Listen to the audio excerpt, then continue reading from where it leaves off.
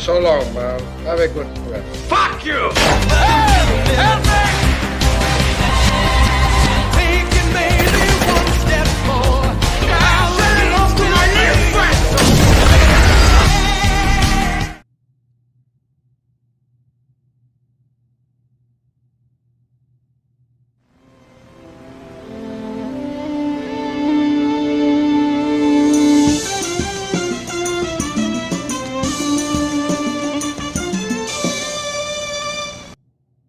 Every Thursday night, you ask the questions, DT gives you his answers. No holds barred. It's Q&A with Don Tony. This is your chance to speak your mind and be heard about anything. Q&A with Don Tony. And now, your host, Don Tony. Don Tony. Don Tony. Don Tony.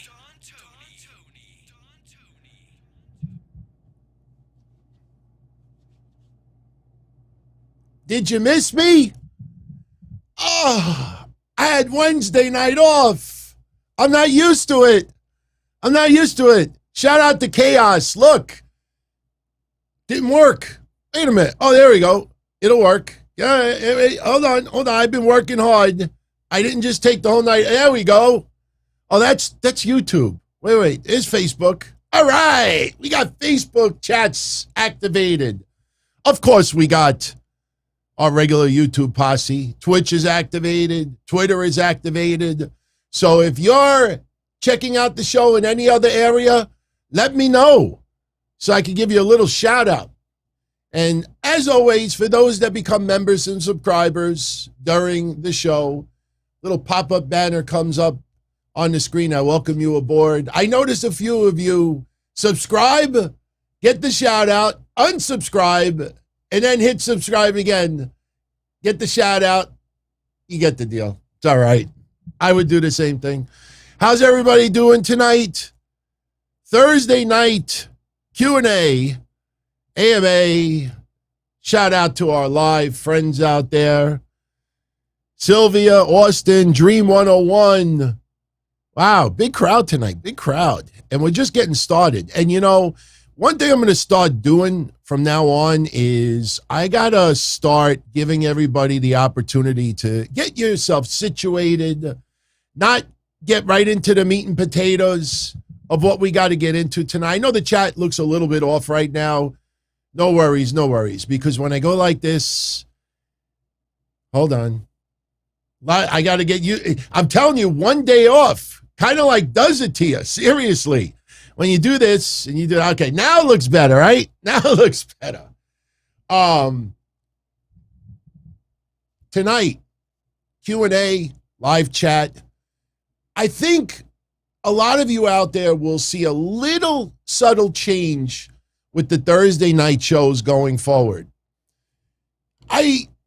Yesterday was off. There was no Dynamite. I allowed everybody to vote. Majority rules. Dayhawk. Welcome aboard, my friend. Thank you for subscribing, my friend. I know it looks a little off-centered. If I go back to this and this, now it's centered. We'll go back to the live chat in a few minutes. And for a select few, we'll just pop up. You'll see it. It's going to be fun. I actually, since everybody said, majority of you said, take the night off Wednesday. No Dynamite going on. NXT fun show, but it's still a developmental, obviously. You know, I think most of you out there will want me to talk about Carmelo Hayes winning the North American Championship. And yeah, I will do that a little bit later. But I kind of felt a little restless yesterday. So I was messing around with templates, trying to get the chat configuration to work, messing around with some other phone programs. So believe it or not, even though I was off yesterday, I actually did a little work trying to upgrade. Now, tonight, Q&A. Some of our channel subscribers each submitted a question, only about 10 or 12, that we will answer later on during the show. Pretty damn good questions. I think you all find them interesting. If we have time, which I think we will, we'll take some live calls as well. Also tonight, the Who Dat contest returns. I'll give you a little hint. Who Dat? Right now, it looks like masked men trying to rob a bank. Who Dat? Somebody tonight is going to win AEW or WWE merchandise. And hey, if you're one of those like me that likes both, yeah, you can have a little of each. Why not? And what does that entail? I don't know, $50 worth of AEW, $50 worth of WWE, right? Or 25 and 25. You get 50 of AEW, or there's, we can't have the contest too expensive. I mean, so many of you out there that are so generous, especially with the super chats, it helps me tremendously with bills. But I also know that a lot of you out there like, hey, man, I sent you a super chat to go buy yourself dinner. Not to give somebody a fucking shirt. I promise you I don't commingle it. I swear to God, as weird as it sounds, anybody who has ever contributed to what we do, it is used for the shows. And, if there's anything left over, I buy myself a cup of coffee. When it comes to prizes, I swear on God, I don't use anybody's super chat money that is sent in to me for prizes. I purposely do it through my corporation because honestly, at the end of the year, I could write some of it off. I mean, that's just business. It's not, trying to cheat on it, but I give a little back, as just a way of saying thank you. So for those out there, that big question like, hey, man, I didn't send you $100 to go give away $100 on a predictions contest. No. I would never do that to anybody out there. I just want to make that clear. But tonight, the Who Dat contest returns. You're going to have to predict who is in those pictures. Now, for all of my friends out there that are tuning in on Twitter, Facebook, Periscope, and wherever else I start connecting to. Some people said SoundCloud and some others. I'll connect to all of them. I don't mind. If it's capable and some of you want to tune in there and it's easier for you, I'll do it. But I'll give you like a 2-minute warning if you want to just stop by the YouTube chat to take part in the contest. And I know it sounds a little bit unfair that you have to be in the YouTube chat room, but it's the only way really to be totally transparent with the contest, because when I put this on the screen and I put that on the screen and everybody posts their predictions, you see it in real time. I can't finagle the contest. I can't. This is all live and in real time. So we'll give you a 2-minute warning. Also, 2 other things. Some of you are trying to get me sick, and that's not a fake laugh. Oh my God, Joey B, what the hell did you give me? What did this guy give me? 1991, Jake the Snake Roberts, still sealed in the package. You can see the gold foil. It's still sealed in the package. Jake the Snake Roberts, 1991 gum. Bubblegum. 1991 Bubblegum. Yeah, we'll crack this open a little bit later. If it smells like shit, then, I'm going to have to say no and bypass. Steve Joseph, thank you for the 5 alive, my friend. Crown Jewel is next Thursday. How will the Q&A work? Great question. Great question. I'm going to do 2 shows next Thursday. I thought about it. Why not? Because I know not everybody's going to tune into Crown Jewel. Crown Jewel happens at like 3 o'clock in the afternoon. I think it starts at 12, actually, but it's not going to end until around 3 in the afternoon. You know what? I got to take this off and move it back. So, see, now it looks nice. Now it looks nice. So, my plan is next Thursday, I'll be here live right after Crown Jewel ends.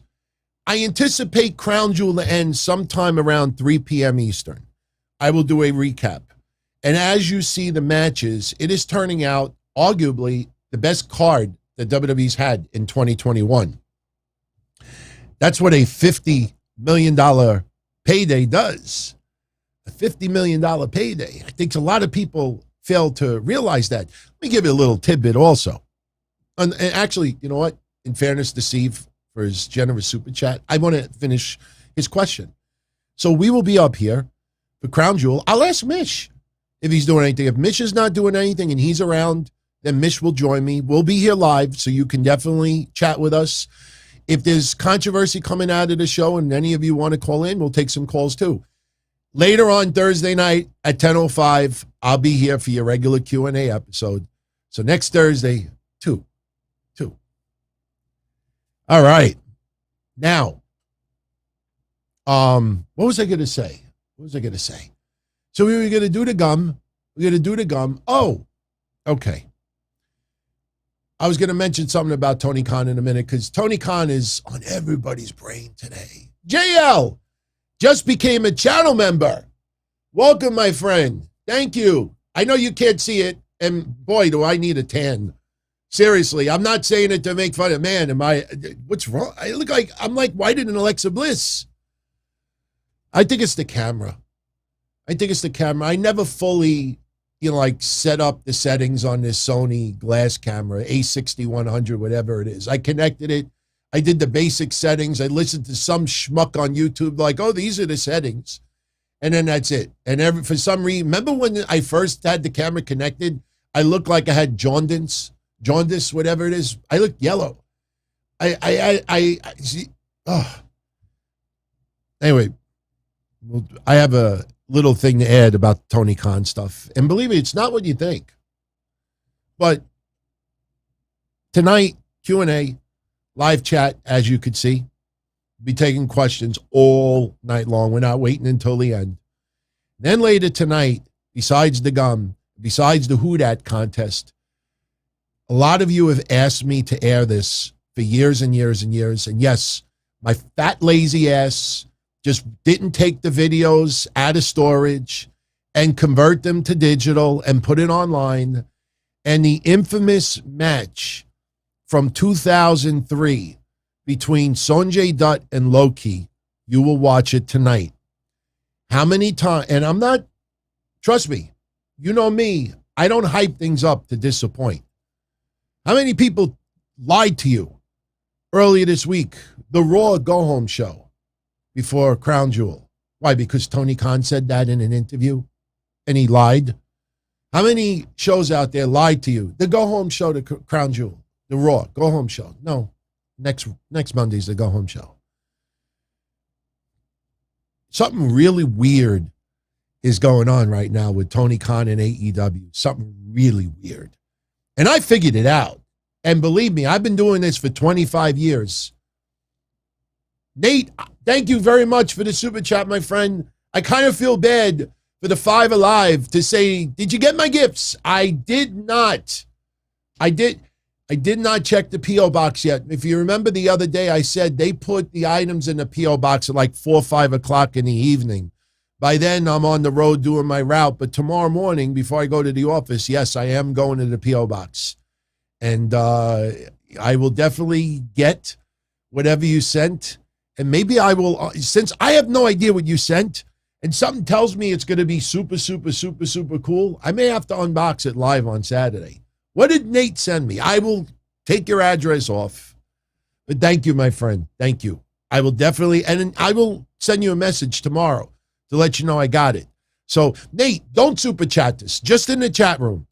I don't want to put you on the spot. Just type yes or no. Should I open it live on the air Saturday, or should I do it in private? Now, I'm sure there's nothing inappropriate in the box. Oh, he's like, great. Okay, now I'm really excited. Seriously. Thank you, my friend. Thank you. There's something really weird going on with AEW right now, Tony Khan. And I figured it out. And I've been doing this for 25 years.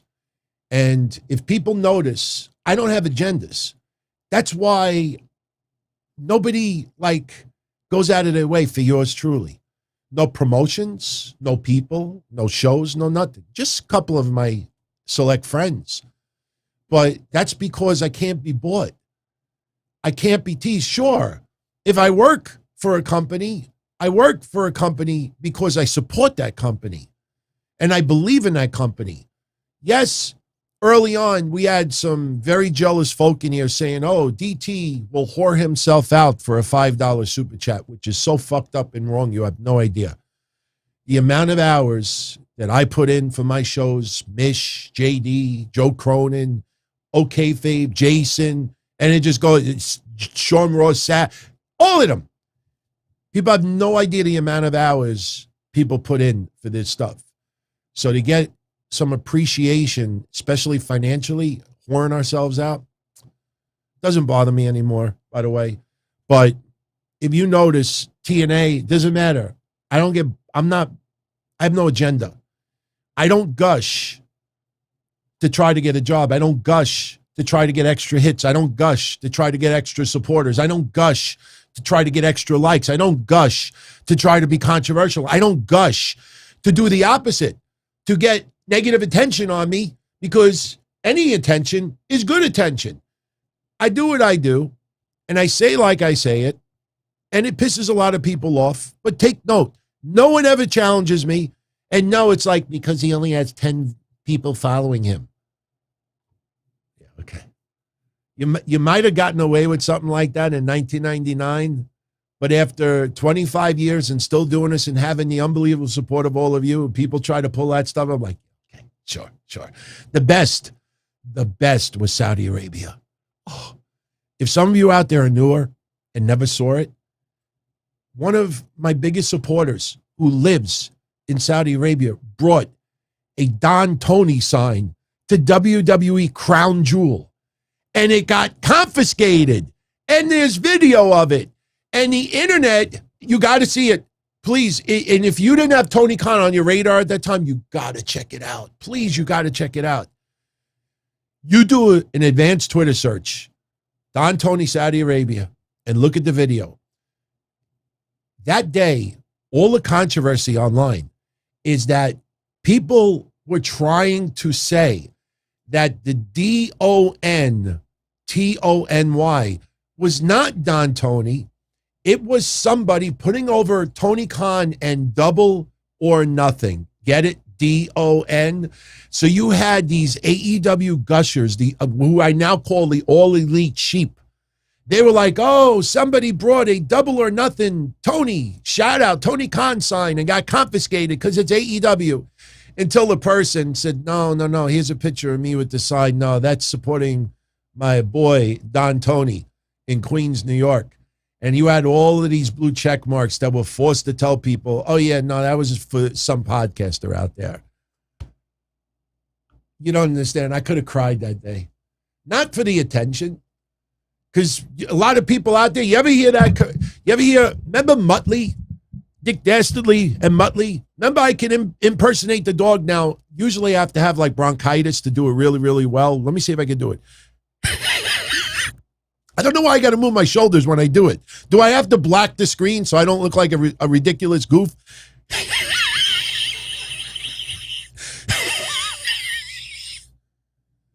But what do you do? Suck it up. That's what the internet was doing that day. They see the Don Tony, suck it up. The All Elite Sheep. So I can't be bought. Can't be bought. Those who support me, this is why I do it. You see Tony Khan the last month or so, really on a rampage. I didn't mean it like that, but I guess that's the right way to put it. He's on a rampage. He's tweeting that he's got more money than WWE. He did an interview with Sportskeeda that he was AEW is the biggest grossing promotion in 2019. And Sportskeeda let him get away with it. Tony Khan had his Dixie Carter cash flow positive moment today, everybody. I told you when Dixie Carter made that cash flow positive comment in an interview and got away with it that day, we nailed it for it and never let that go. But as I always said, I wasn't so upset at Dixie. It was these interviewers who let it go, that don't challenge it. Now, in fairness to this schmuck from Sports Illustrated that had no idea what the fuck is cash flow positive mean. What does that mean? This person did an interview with Tony Khan this week, and Tony Khan says that he's got more money than WWE. That WWE can do, commercial free for the 30 minutes. He could do that too, but he likes the fact he has more money than him. And what does the interview do? He smiles. He smiles. Tony Khan does another interview earlier this week. Did any of you see that Raw show, that Go Home show Monday? That show sucked. Hey, Tony, remember something. And I'm not saying this to be a wise ass. I'm not saying this for hits. I don't know if he watches any of the stuff. I think he did a great thing with the buy-in for Friday. If you remember last Saturday's show, I said, Tony, do something on Monday. Do something early on the Friday. Do the network, do YouTube, do something. Why not? Do it. And he did it. Give him credit for that. But Tony, these people online, to quote the Berserker, Huts, Huts, Huts. I know some of you are thinking Bruiser Brody, but no, let's do the Berserker. Because the people online are not Bruiser Brody material. They're more like Berserker. Huts, Huts. Like George the Animal Steel. Mine. These are people online. Like. Follow. Retweet. Job. Press pass. In order to be an all-elite gusher or anybody online, it doesn't require you to pass a GED. It doesn't require you to have a G point, a G, what was that? Grade point average? Yeah. Grade point, GPA, grade point average, whatever it is, of a 2.0. These people online, just because they're gushing doesn't mean they have the intelligence up there. I'm going to throw facts out right now. In the last 2 months, if you think I'm lying, go on Google right now. Just type in WWE stock. Just type in WWE stock and see what comes up. In the last 2 months, since the All Elite Sheep started pushing around that AEW, and let me make this clear. I am a huge supporter of AEW, but I'm going to support them by being honest and straight up. Not suddenly, oh no, I got to go to a communion on Saturday. It's Christmas shopping this Saturday. When Tony Khan goes off on a tangent, starts bringing up the Attitude Era and starts making, do you notice how everybody disappeared? They all disappeared. He makes these lies on these interviews and nobody calls him out on it. That's pissing me off because I don't care if you're a gigantic supporter of Tony Khan. But when you jump all over WWE, oh, California, for 3,995 people, the lowest crowd since they returned. Here's a fucking fact. Anybody notice a little change in attitude by Tony Khan for the last month or so? Anybody notice how he's just like really, really almost meltdown category? Could it be because AEW's rating since CM Punk debuted is down 21%? Could it be ever since CM Punk debuted on Rampage, their ratings are down 56%? You notice these people this week? If you are a true supporter of AEW, you tune into Rampage Friday, no matter what. You cancel your plans. The fuck is wrong with you people? You watch something because you like it. You watch it live on Friday night because you prefer it. Not because you feel you have a duty. You think Tony Khan is filing bankruptcy right now? That promotion is doing great financially. They're doing great financially. The problem is that the All Elite Sheep online, they're already all in, pun intended, with AEW. Who is he trying to satisfy? The 56% that no longer watch Rampage on Friday night? By saying Raw sucked. And a lot of people do like Raw. You look at the live crowds, even though they may not be loud, I still see people cheering, laughing, and having a great time. You see a visible difference in the demographic between Raw and AEW. The more these people online call people stupid for liking WWE, you think that's helping AEW in the end? There's a saying that I will repeat. You get more bees with honey. Not because, of anything else. Back in 2006, and I've said this 1 trillion times on my shows over the years, and I know 90% of you out there know exactly what I'm going to say. back in 2006, the big change in what I did on the shows was have people tune into you because you're good, not because they're bad. How many times did you, back in 2004, 5, 6, when I started podcasting full time, I used to make fun of every other show out there. We did skits, made fun over and over and over again. And then in 2006, I'm like, you know what, man? I don't want people tuning into us because in your head sucks. I want people to tune into me because they like what they hear. And that's where it took off. 2006, we were the show of the year. I didn't accept the award because all those awards places were all like phony. And I have emails to back, oh, we just do it for fun. Oh, yeah? Well, don't make me fucking tell all my listeners, hey, vote for us, vote for us. Any of those award places you're out there, they're all bullshit. They're all bullshit. They're all about supporting their friends, giving each other a rub. Doesn't matter. So I don't know who Tony Khan is trying to light a fire under right now. It's certainly not lighting a fire under new viewers. You know what the problem is? Up until a month ago, you had these huge signings, huge hypes, huge teases, huge this. And Tony Khan is not a stupid man. Gets to a point where you got to kind of pull back. See, everybody's now suddenly asking about Bray Wyatt. Oh, no, I didn't talk to him. But I'd love to talk to him because he's a nice guy and I like him and everything like that. This is the same guy that said, I didn't talk to Adam Cole. And then we find out he did. You know, it gets to a point. You bought all this stock on Amazon. Now it says sold out. Well, the only things that are left is the second and third. Bobby Fish. I like Bobby Fish. Anybody that's ever heard my NXT reviews, I always put over Bobby Fish. I like Bobby Fish.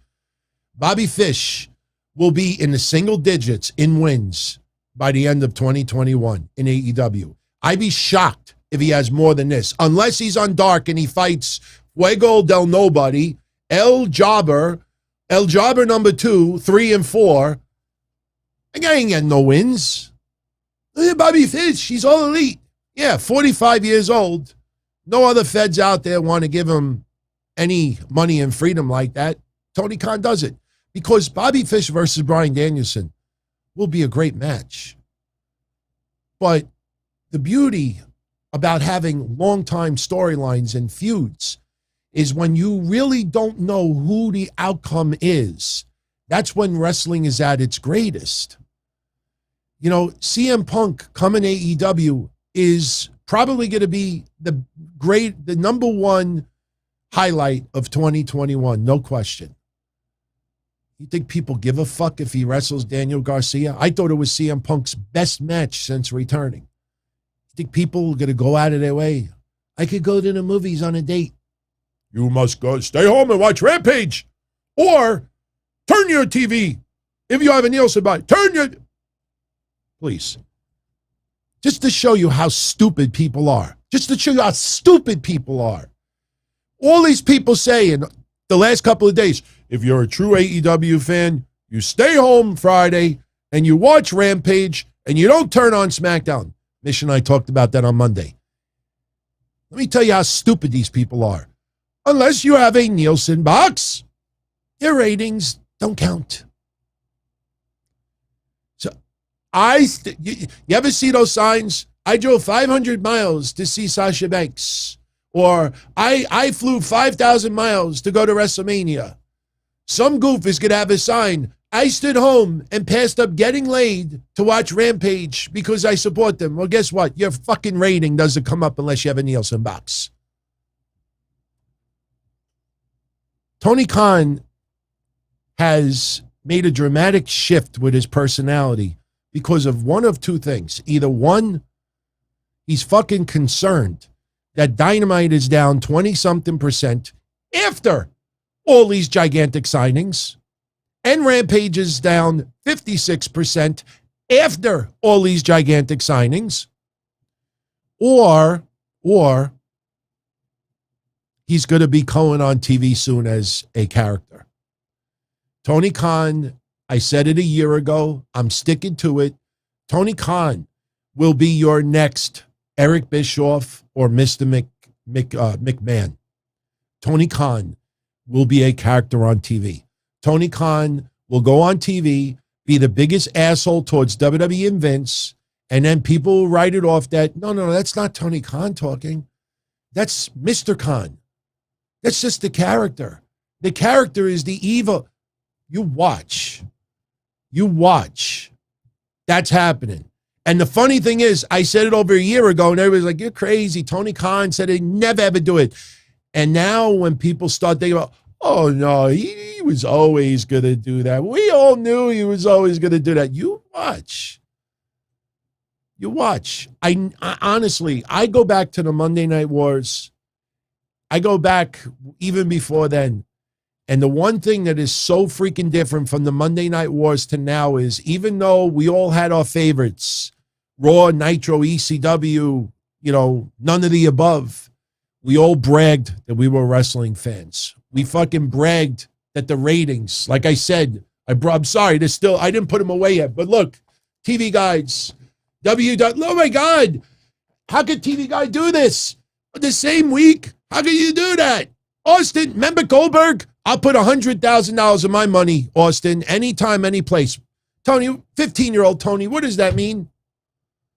When Goldberg went on Jay Leno and said he'll put $100,000 down on his money to Austin, anytime, any place, what did that mean? Was he challenging him to a real fight? Was Eric Bischoff challenging Vince to a real fight at Slamboree? Was it still real to you, damn it, in 1999 as a 15-year-old? There is nothing wrong with that. There is nothing wrong with that. I did my wrestling hotline in 1997. And I'm going to say something right now that probably Chaos remembers and a bunch of you remember. It's infamous. I did a poll on my hotline in 1997. It was either 97 or 98. And I asked everyone out there, do you think ECW is real? I know a lot of you hearing this now are like, DT, what are you talking about? On my hotline, how many of you out there think it's real? I could tell you that at least 3/4 of the fans out there either said, yes, it's real, or they said some of it is scripted, but a lot of it is real. When Tommy Dreamer fought Raven in a bar, that was real. When this happened, and that was real.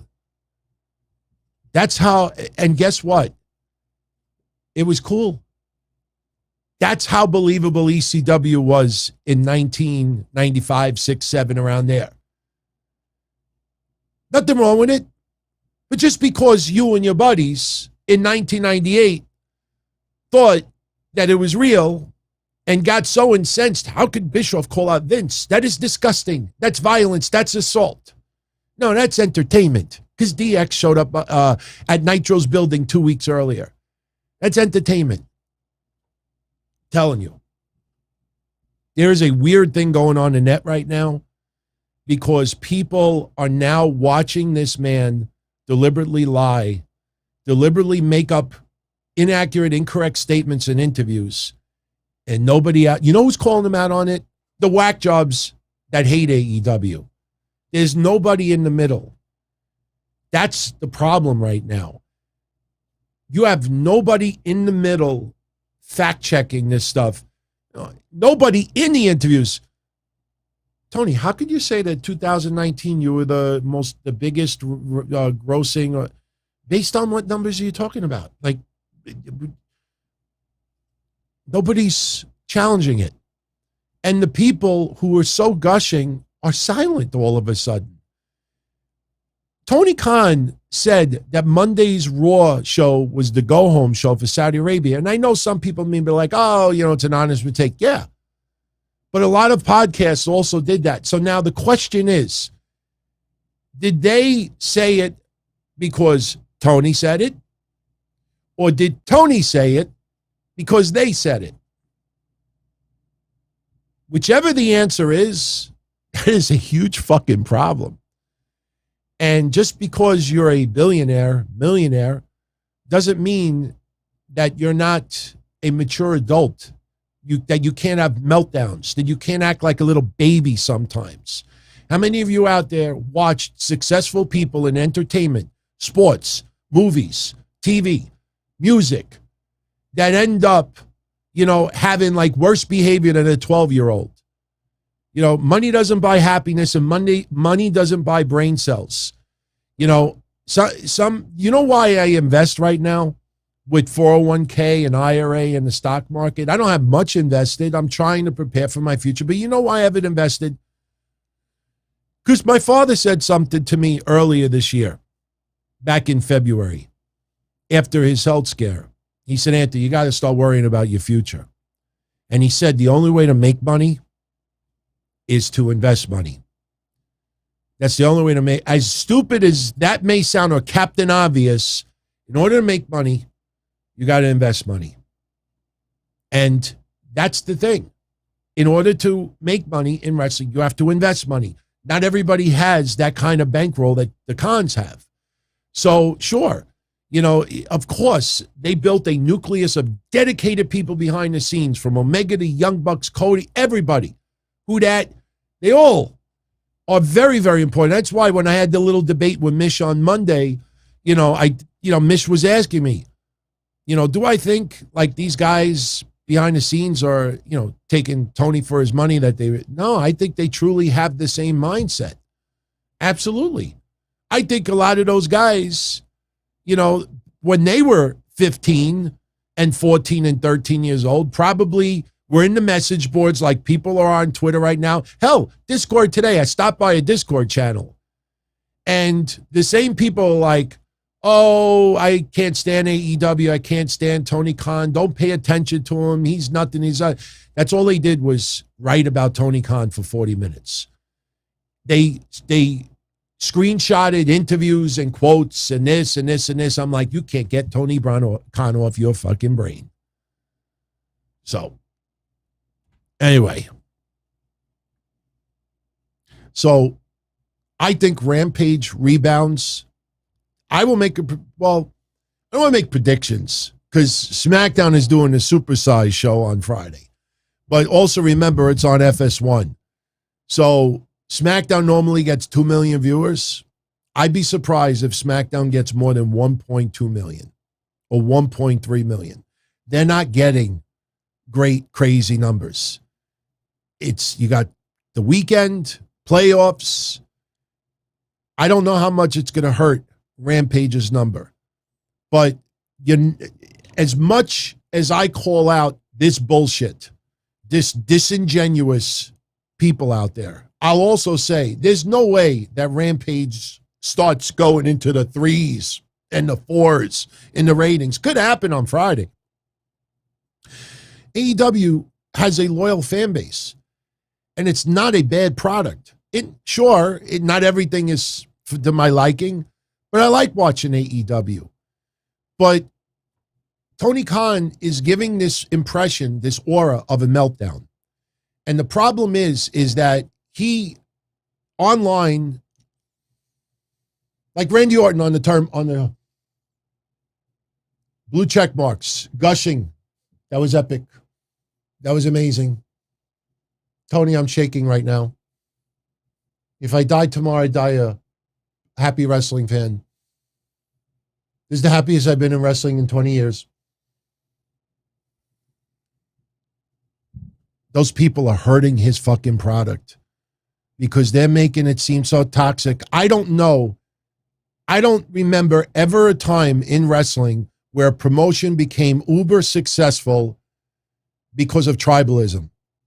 Don't give me ECW.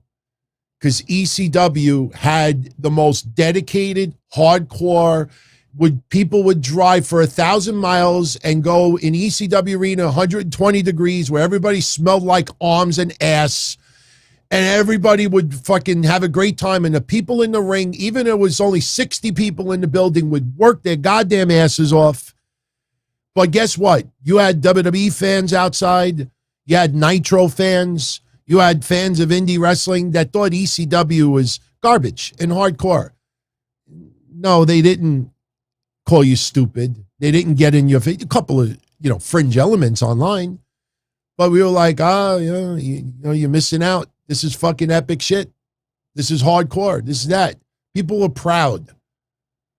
Didn't have this tribalism right now. And if you did have it at that time, then why all the people in wrestling are calling out this tribalism? If it's been around off and on for 30 years, then why are people acting now like, it's ruining, not making wrestling fun? Roger Rubio, thank you very much, my friend. A coffee and a donut on him, absolutely. Oh, check it out, check it out, check it out, check it out. I hyped it up earlier. Tonight, you get to watch a match that I actually own 50% of the rights of. Roger Rubio, thank you again, my friend. Much love. Much love, my friend. Tonight, you get to see a match, and I hope everybody out there really tunes into it. I promise you, and I was starting to say this earlier, and we were talking about other topics. When I hype something up, I do not ever want to feel that I lied to you. Seriously. That's what I was about to say earlier, is that if you notice, whenever I say things online or make challenges or spit out facts, notice how no one says, DT, you're full of shit. DT, you're a liar. Or they try to challenge me on it. Nobody challenges me on it for two reasons. One, because I really do research, and get my facts before I spit things out. And people don't want the confrontation. There's no heat over here. I'm not here to try to do the Mike Johnson moment like he did to Triple H. But I would never lie to any of you out there. And if I hype something up, I truly believe that it's something that you would want to see. Tonight, after a lot of years of people asking me to show this, you get to see it tonight. You get to see 99% of it. I had to edit out a little bit of Loki's music so I don't get hit with any copyright issues here on YouTube. But tonight, the first time ever online, it hasn't been on cable channels. It hasn't been on YouTube, because I own half the rights of this match. This is the infamous match back in November of 2003 that Loki had with Sonjay Dutt. This is the infamous match that the Mexican magazines and the Japanese magazines covered this match. That's how great, at that time, people were talking about this match. This is the infamous match where Loki did an interview in 2004, and when someone had said to him, hey, tell us about that match you had with Sanjay Dutt. First time they ever faced each other one-on-one in the ring. Everybody still talks about that match to this day. And his answer was, that match was spectacular. I just wish it happened in another promotion. Fuck you. There was 1,400 fans there that night that stood on their feet and loved every minute of it. The guy gets an insane pop when he shows up, when he wins, when he leaves.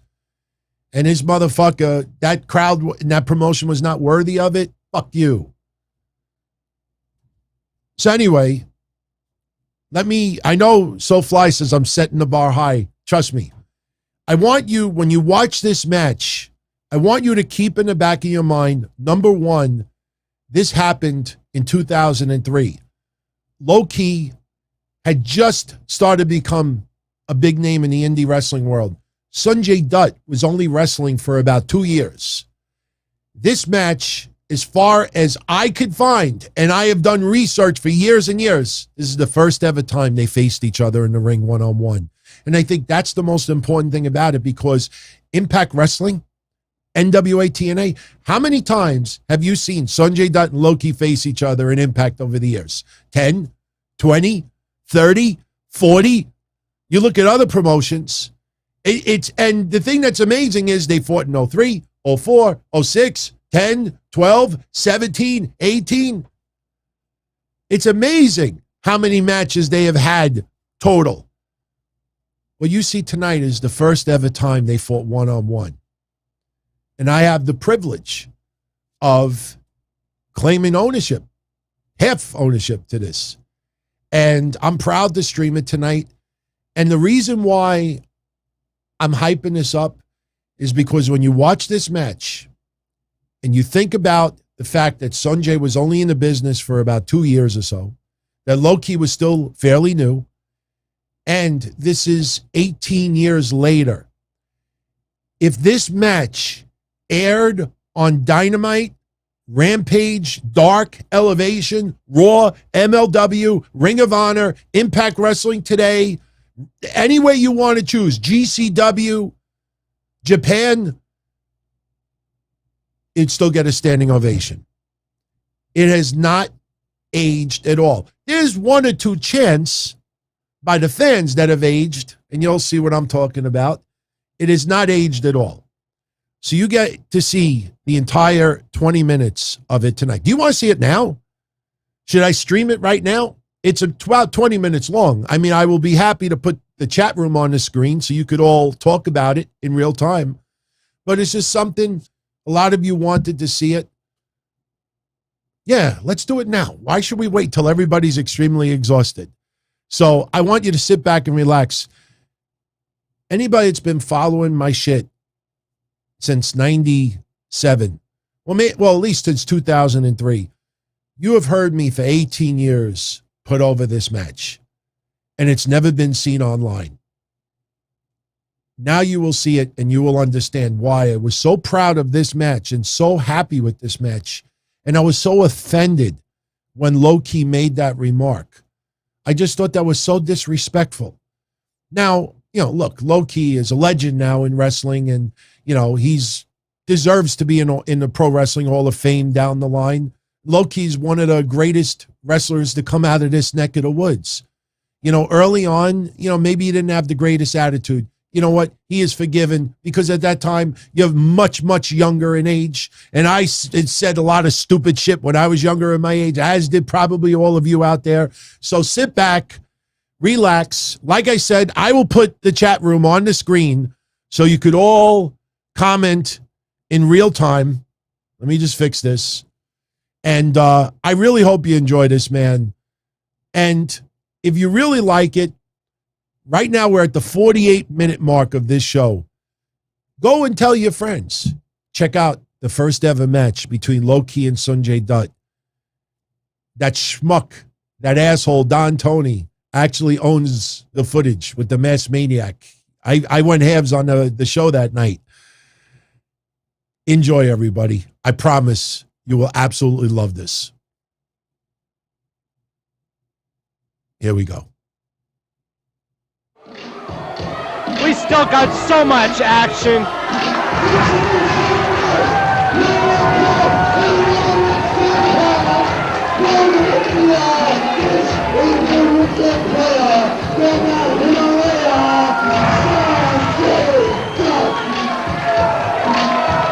I was very, very impressed with this guy, Ring Boy, last match. Sanjay Dutt, very athletic. Very unusual style, very athletic. Very impressed with the way he wrestles. I think he's going to be really good down the line.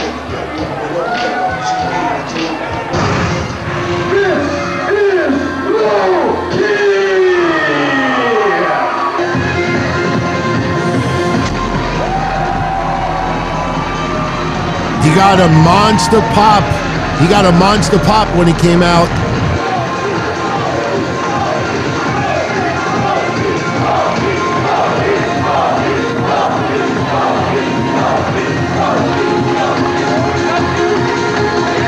You tell me if this match is aged in 18 years.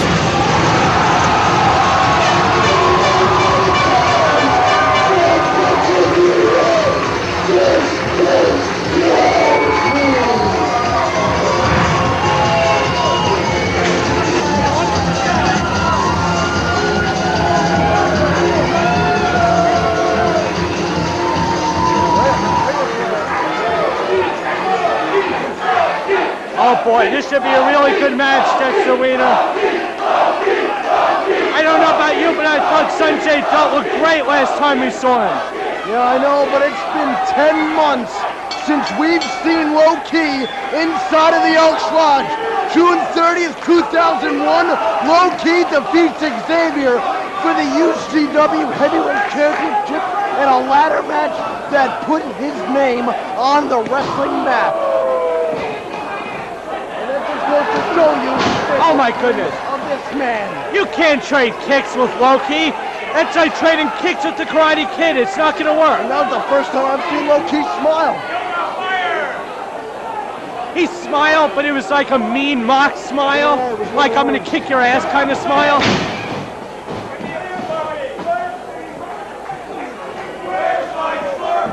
Sanjay Dutt trying to ground Loki, and he's going to do it by isolating that left leg of Key. And Loki pulls the offense right back from Sanjay Dutt. He's isolating his arm, and he did it with his leg. No one's faster, no one's more crisper than Loki. And Sanjay Dutt, who, as you said, had an impressive showing September 26th at the Extreme Resurrection. That's what got him this match. And Loki now. Whoa! Look how quick these two athletes are. Sanjay Dutt pulls the offense right back fast, and he's got a front face lock cinched in. Both men are whoa! And Loki ferocious. Took down his leg, took him down by the legs, and you see he's trying to hyperextend that knee, wretch. And he's doing the same thing to the ankle. He's got a Greco-Roman knuckle lock cinched in on Dutt, so he. Oh, and Dutt bridges out, and now it's Key. Oh my goodness. I don't know if that was low. Oh, there we go again. Needed a nuts. That might be to the inside of the thigh area. If it's not low, Dickinson seemed to have a good view on it. These two, it's gonna. Oh! And Loki again going for a monkey flip. No, he's got his feet wrapped around Dutt's head. And that could be the submission. Loki with some of the most exotic moves I've seen here.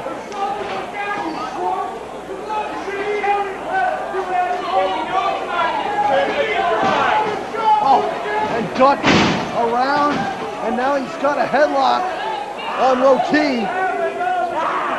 See what kind of unique way Loki can fight out of this. You know, he always finds some kind of way. He has a million moves. Oh, now Dutt's got a wrist lock cinched in now. Loki takes it back, sticking his arm underneath the head, wraps around, and now he's got a wrist lock. Oh. Arm wringer there, Loki rolls through, good for a tip up, and a quick kick right to the jaw of Loki.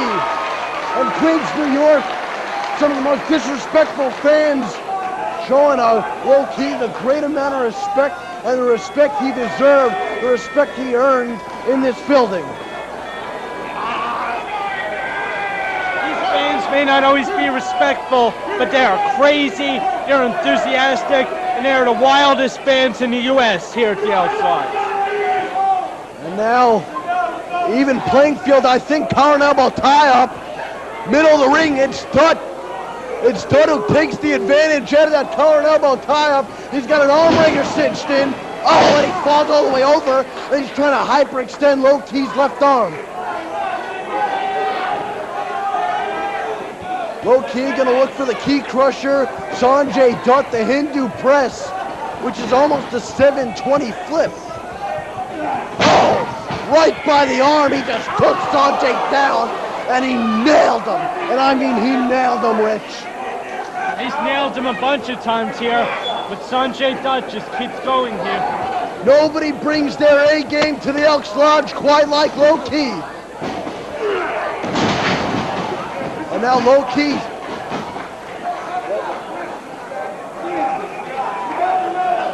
Now it's Loki who's got. Loki flips over. He's nice bridge there. It's Sanjay Dutt who comes out. Scott Whoa, and look at Loki. What? I can only... Looking like some of the special ed kids from high school right there. I can only explain this as Loki trying to... I don't know if he's trying to punk out Sanjay. Loki's not a wrestler who would do that. And now, Sanjay Dutt looking for Loki, trying to make sure he can't take him over, and he's hyperextending his left leg. Ow! Wait a minute, Sanjay now. Sanjay's got the offense. This is just a seesaw bout, isn't it, Rich? This is as good as I thought it would be, and better for the technical match. He's got a variation of a camel clutch, and now he's got a standing side headlock on Loki, and he's cinching it in. Fires him off, and nobody moves. Sanjay's got to be thinking, what the heck do I got to do to put this guy down? Just about everyone who's ever gone to ring with Loki has thought that. And a drop kick knocks Loki to the outside, and slowly Queens, New York is getting behind Sanjay Dutt. And he just ate a kick to the If face. they're going back and forth once, he would look where he's going. You would think. That could be it. Earlier this year, Loki's knocked out fighters in his contests out cold. He's won many a battle by TKO as Loki. So don't count that variation of the win out. Oh, right to the back. And you can see, look at Sanjay Dutt's back. That's right. Loki is as dangerous as you get. I'm not going to name names, but there have been guys in that USA Pro locker room who asked President Goodman not to please put them in a ring with Loki. And it was Loki who actually asked for this match against Sanjay. Knife edge chop with authority. And another one, Loki. Oh!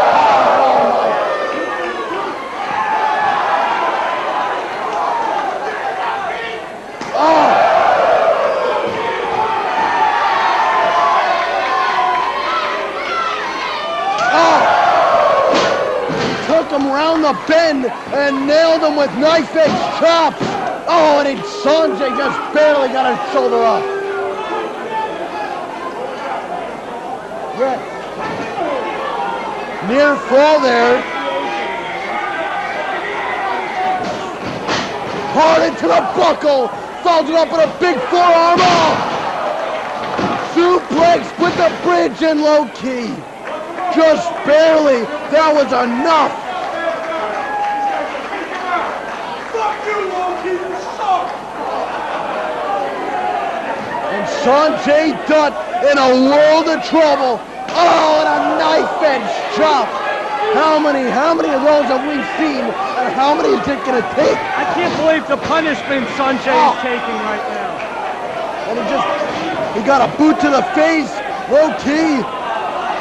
Oh, Sanjay on the outside with a shoulder block. Done now. Oh. Look at the height he gets.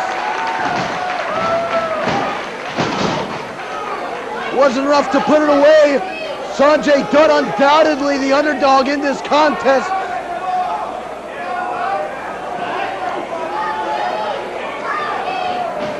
Now Sanjay Dutt now Irish whip. Loki on the rope. Big elbow from Sanjay Dutt. Look how red his back and his chest is from those chops. Sanjay. And it's just going to be sooner or later, if Loki keeps that type of offense up, his skin is going to be punctured. Oh! Big leg drop. And it's not enough. Both of these guys so smooth and effortless. They make this look, but this is years of training. Oh, snap air by Sanjay. And he's wrenching back at that neck, and Sanjay Dutt's got his knee right behind Loki's neck. Loki is in a world of trouble right now, but with Loki, you never know. He's just seconds away from the victory. With Loki, he's always 3 seconds away. right, Loki, before you even know what happens, he'll get the big And just like That's that, what Loki you're talking takes the offense back with a quick kick to the skull, and Sanjay Dutt, down but not out, keeps the offense up. Oh, and Loki gets a shoulder up.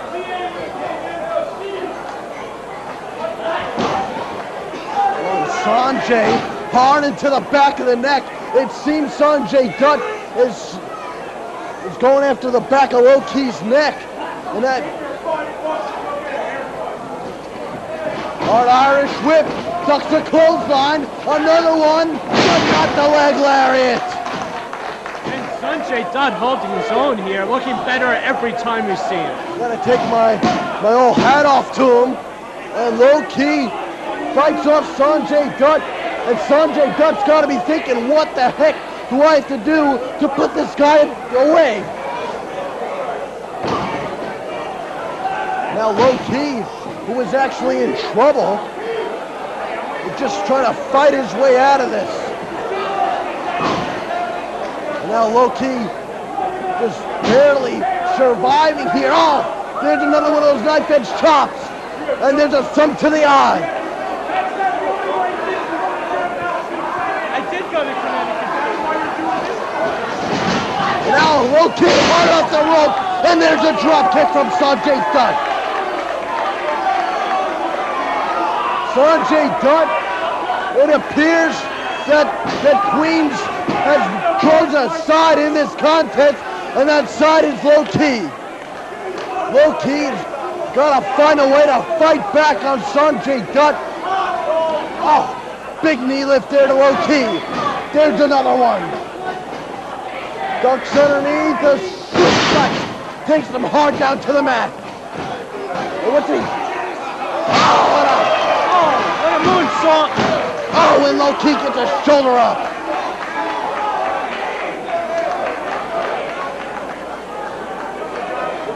Loki's got to find a way to bring his game together. Oh, and there's one way. Lefts and rights. Oh, and there's a knife edge chop. Loki off the ropes, gaining momentum. Crucifix into a takeover. Oh, and it's not. Oh, and a hard clothesline. Down goes Loki. Every time Loki puts an offensive play together, he's taken right down by Sanjay Dutt. This has got to be unacceptable. He's looking spectacular here. I told you that from the beginning, just how good this guy is. He's the best in this entire country, for God's sake. One tremendous thing about wrestling in this building. You heard of any given Sunday at the NFL, at any given night here at the Elks Lodge. Sanjay Dutt could defeat Loki here tonight at the end of an era. Typically Saturdays, sometimes Friday. Shut up. Oh, a rolling quick kick to the skull of Sanjay Dutt. That'll knock him out. Oh, right hand. Oh.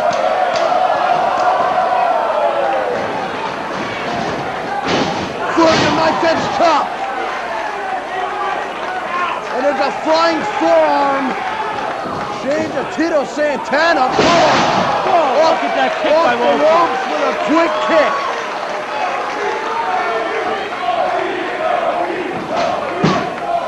Oh, Sanjay got a shoulder He's up. going to have to hit the key crusher here to put this one away. What a contest we've seen thus far. Only. I want to see Sanjay's 720. Here they come. Here come the kicks. Look at his chest. Look at his chest, Victor Jack. Oh. Here comes the third. And the grunt. It's good. Familiar series of moves by Loki. Oh. And I thought for sure that was it. Irish whip. Here comes Sanjay Dutt. Loki. Temple into DT. Sanjay Dutt is back. Loki's by the ropes. Oh, he's got a shoulder up. He has got a shoulder up. He is still alive. He is still alive. I really thought that was it right there. Knife edge chop. Seems to be a pattern in this contest.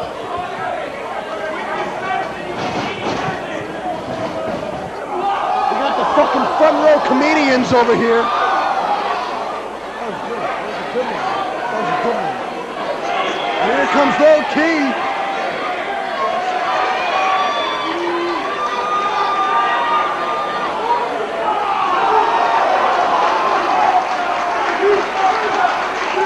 Dragon clutch submission in the corner. I've never seen one that looks like that.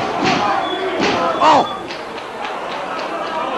That was more of a submission, and there's a dragon clutch.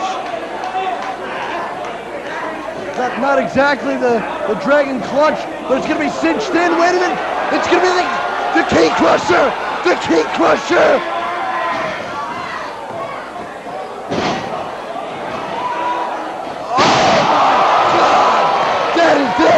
Upset!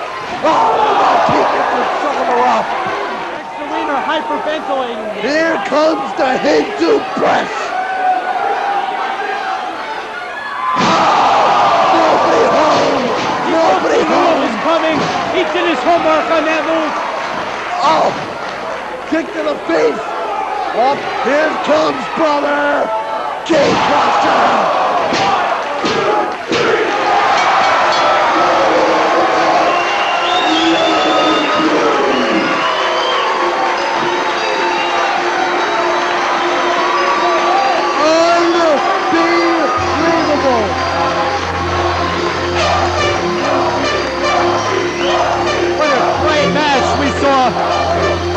Send-off for this building. Unbelievable.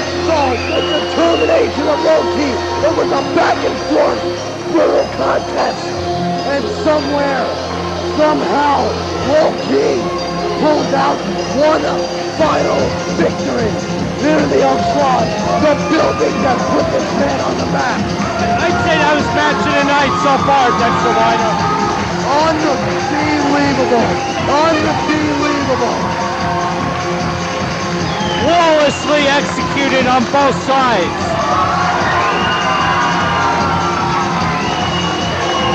Of course, Loki wrestles all over the U.S., but he had to come back here for this one. You better believe it. Wrestled all over the world, and he came back here for this one. Sanjay Dutt, gotta give it up for the original player from the Himalayas, Sanjay Dutt. He brought quite the fight to Loki. Unbelievable, that's all. That's all, unreal. Unbelievable. The final send-off to Loki. We mentioned the ladder match before that put him and Xavier on the map. Richard Schack, he came back to Queens, New York. Unreal. Unreal.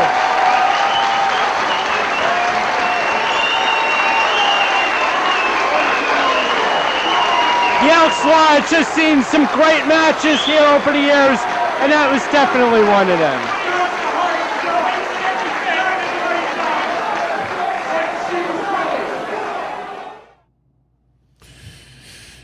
Now, be honest. Does that match hold up in 2021? Seriously. I mean, very, very proud of that match. Seeing it live and in person. That crowd was awesome that night. And to think so young in the career of Sanjay Dutt, you know, not just the stamina, but to stay in there and go toe-to-toe with Loki, who was already, you know, one of the biggest stars in indie wrestling, and NWA TNA took notice. They eventually took notice of Dutt. There's actually a great match out there of Sanjay Dutt versus CM Punk from, I think, 2003 also. But, you know, like I said, you know, I take pride. You know, maybe things didn't end up business-wise the way I wanted it to be with the Mass Maniac. But the times that I was able to do shows with him, and he gave me the opportunity to invest and make money and have some decisions, it's something that you can never, ever take away. So I take pride. And that match that night was something special, especially when you realize 18 years ago. Serious. Yeah. I mean, look at the feedback. Trust me, Loki's not going to come in here and thank all of you for the kind words. And Sonjay Dutt is too busy of a man to do it as well. But everyone out there that enjoyed it or appreciated it, you know, I wasn't blowing smoke when I talked about this match over the years. Is it the greatest match? No. I wouldn't even put it on a 5-star. But to realize how far these guys have come. And you look at some of their early moves, even some of the stuff Loki was doing and, you know, others did later on in their career. Just a beautiful match, man. That night in itself was a pretty freaking awesome night. And there's other matches that I could put on here. I mean, this wasn't the only, you know, event that I did with the Maniac. I did a couple. And we got some matches. We got AJ Styles from back then. I got a CM Punk match. Yes, I actually worked the match with CM. Not a match, worked a card. Yeah, I was, you know, ticket seller, and he was one of the biggest stars of the night. But I take pride of those memories, and I absolutely love that we can share them here. So for those on audio only, I'm sorry if you had to just listen to it. But believe me when I tell you, two things. Number one, go on video if you want to really see how great this match was. And number two, I try not to bore our audio only friends out there, since 80 to 85% of you out there still tune in audio only. But the cool thing about 2021, it's not like 20, 25 years ago that you literally had to use cassettes and hit fast forward and this and that. I mean, it's, so the technology is a lot easier now. So you don't have anybody complaining, oh, I had to sit through 20 minutes. You know, you can fast forward it. So, but anyway, I hope you enjoyed it. Should we open the 1991 gum, or should we do the Who Dat contest next? Well, you know what I'll do? I could chill in the chat room for a little while and ask some questions. Let's check out for my Twitter, Facebook, Twitch buddies out there. If you have any questions, if you type them in the chat rooms where you are. Oh, I just realized the chat room probably went off screen for a minute. You could speak up too.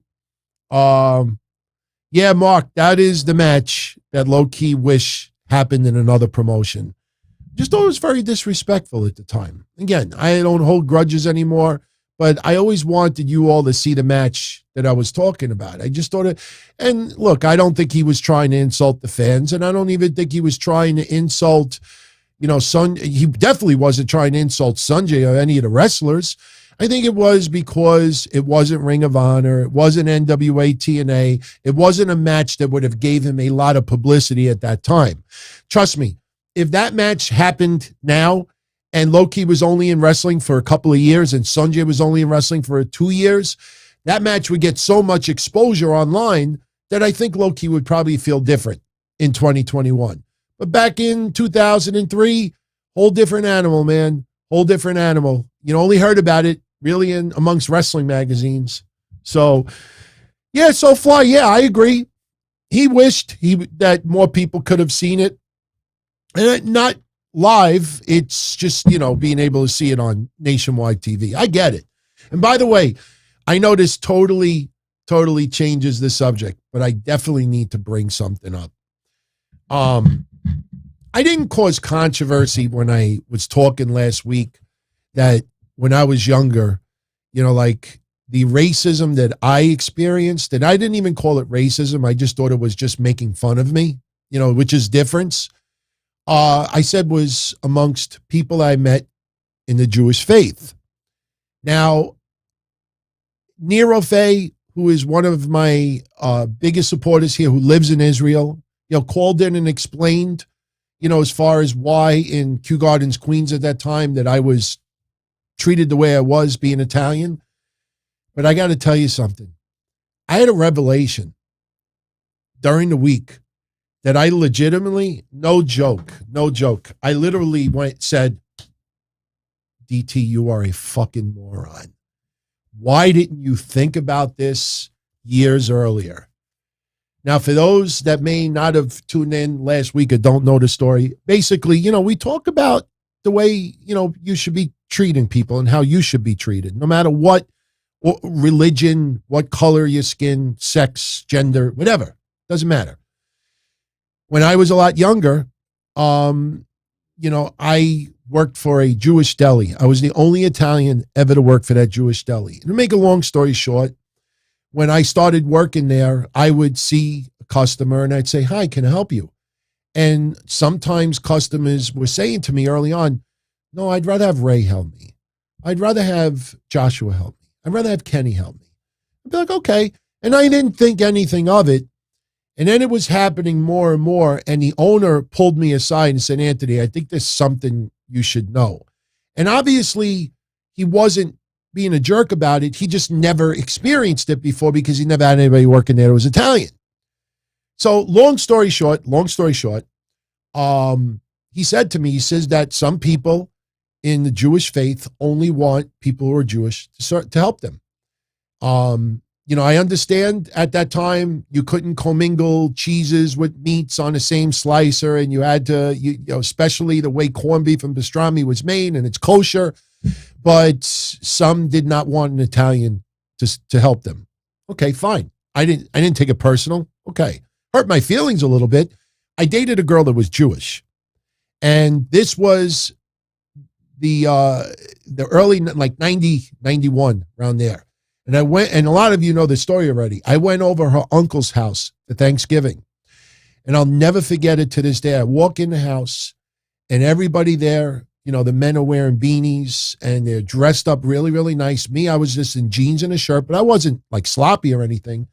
And I remember one of them saying to me, "Anthony, it's okay. You don't have a problem that we don't have any lasagna." They would mean in lasagna. And one of them said, "Hey, Anthony, Prince Spaghetti Day," which was a commercial back in the day. And they said, "Did you ever have they were making fun of me in my face, in her face. And she's like, "Please, just let it go."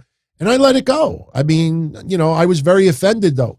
But, and that was my whole point, that growing up, I wasn't treated that way from black people. I wasn't treated that way towards Spanish people. I dated a Dominican chick, and half of her family looked like they were related to Isaac from the Love Boat.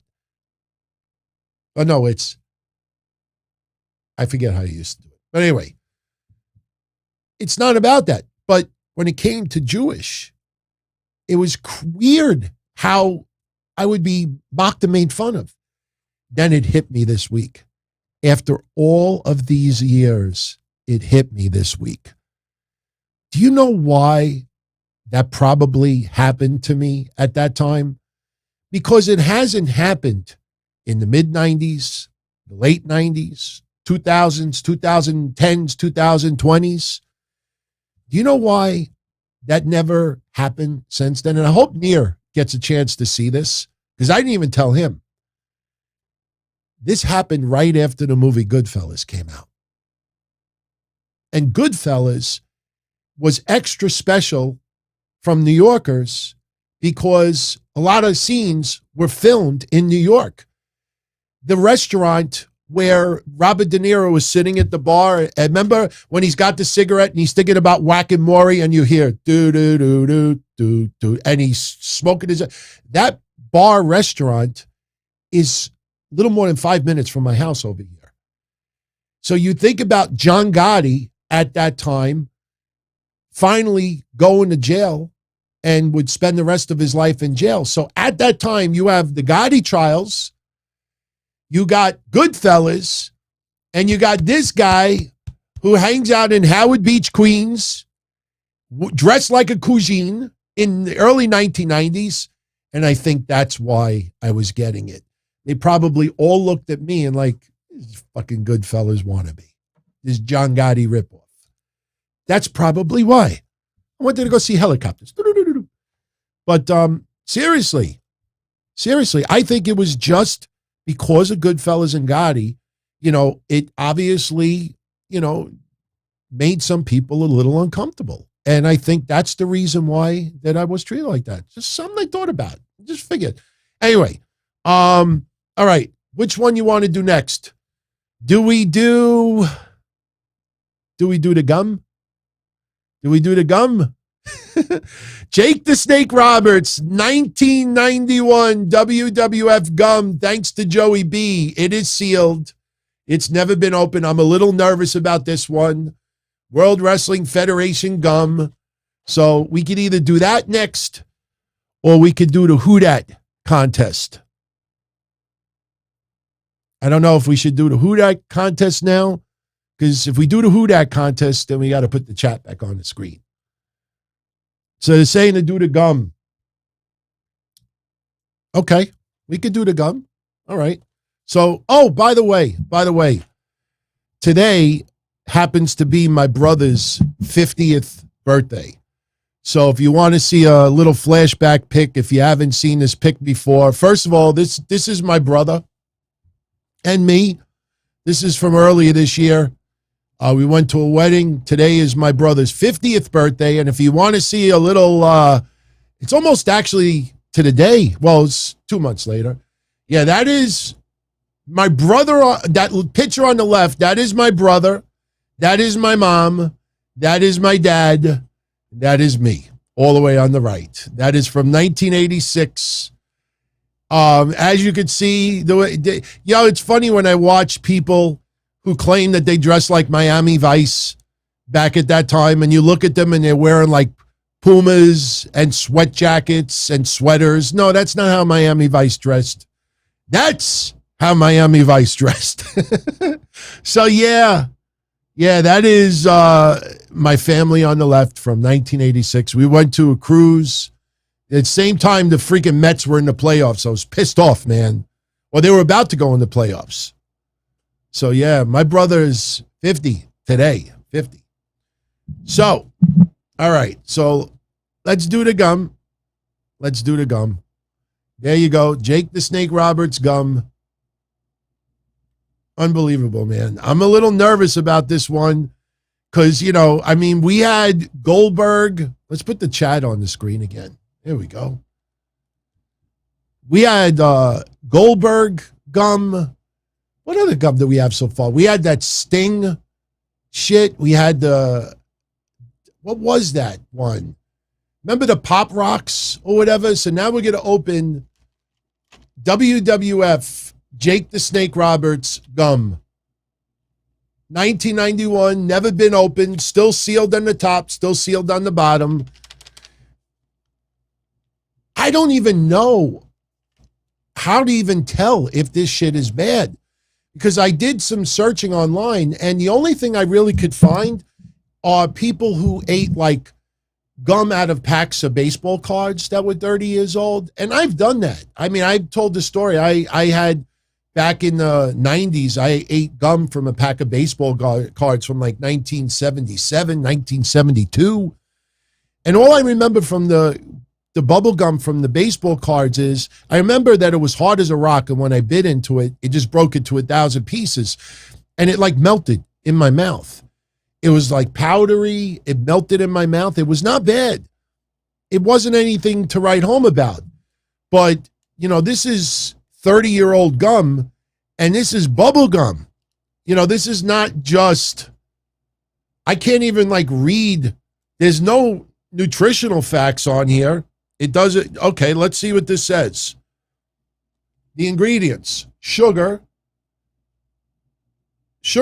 corn syrup, glycerin, lectin, artificial colors, including red and yellow number 3, which I think is a banned. I'm dead serious. I think it's a banned ingredient now. You're not allowed to use those. I don't know what the hell that says. Something confectionery glaze, BHT, no preservatives, product of Hungary. This gum was made in Hungary. It was not made in China. It was made in Hungary. Jake the Snake Roberts, 1991 gum. So how do we just like pull it from the top or from the bottom? I don't know. Because it's not, you know what? I don't want to really like ruin the pack. This is actually pretty cool. But it seems like you got to like rip the top off. I mean, I don't think anybody's going to have this as a collectible, so we'll go primitive. We'll use a screwdriver. Let's tear it open. I'm opening it live. Yeah, I know it's kind of like sacrilegious to like break this open, but yeah, we got it open. All right. All right, we're almost there. We're almost there. For my audio-only friends out there, we're almost there. Ooh, I see his ass. Jake has got a cute little ass. Look at his ass. Is there anything on the front? Let's see. I know people on audio-only like, what is this guy doing? I'm trying to peel it. Do we have to censor, like, the front? The front, I don't know. It's like the paper is stuck on the front. You didn't like blow a load, did you? You know how like paper sticks, kind of like revealing too much here. All right. Peel that off. All right. You know, anybody that's ever like look at a Sunny magazine in 1995, you know, I feel bad people who ever bought like Sunny WWF magazines with like Sunny in the centerfold in the mid 90s. You buy it on eBay, you get it in the mail, and like, why are these pages stuck together? Jake's got no dinghy. So, all right, we gotta pop this open. There you go. Oh, I don't know what the hell that smells like. Jake, that's not gonna sit. That's not gonna stay. All right, well, let's pour the gum out. I think it's like kind of stuck to it. Yeah. If you look, I don't know if you could see on the sides, like the gum must have, I hope this shit didn't melt. You could actually see like some of the gum has stuck to the side. You see the blue and the green. So, all right, what color should I take first? We got red, pink, green, and blue. So which one should I do first? First of all, it smells like plastic. Wow, what does this smell like? You know what it smells like? And I'm not saying, look, I've watched L.A. Beast. I'm not trying to be L.A. Beast. I know he'll sit there and say, this smells like raccoon ass and old cardboard. Like if an old raccoon like took old newspapers and wiped his ass with it, that's what it smells like. No, I'm not trying to do that. I love L.A. Beast, by the way. This smells like old wrapping paper. It doesn't smell like gum. You know what? Maybe I'm smelling the label. I got to be honest with you. I mean, I'm just making sure it's not melting in my hands. I appreciate Joey B sending me these, but, you know, not for nothing. I don't know who's handled it. You know, with all due respect, when he put this in the envelope to ship it to me, how do I know that he didn't like take a shit while he was like packing it up and I'm touching this and I didn't wipe it down. It could be cooties all over this. He could have sneezed on this before he packed it in the envelope. Not even intentional. You know what I'm noticing right off the bat that concerns me? Let me show you. I don't know if you could see this. You see this? You see the indentions? I don't know if you could see that. You see the indention? I don't know if you could see those indentions. Like some of this gum has these weird indentions.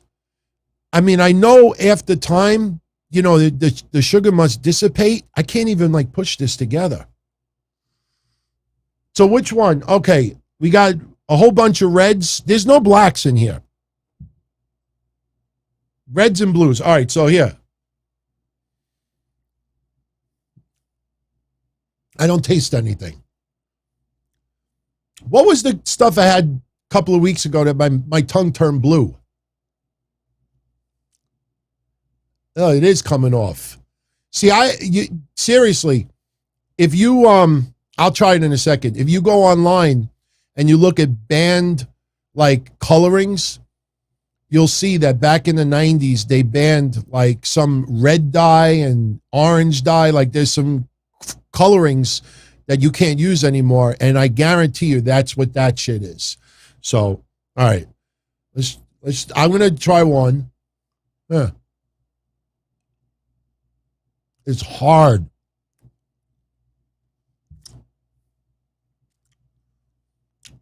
I taste sugar right away. And yes, I'm on keto, but I purposely ate almost no carbs today, so I should be okay. I'm not eating tons of gum. I don't mean to be gross. If you look at it up close, it looks like a lot of like the gum separated. It's starting to go on my tongue. RMJ23 says he's got a cousin who's allergic to red dye. This gum is stale. It doesn't even taste like cherry.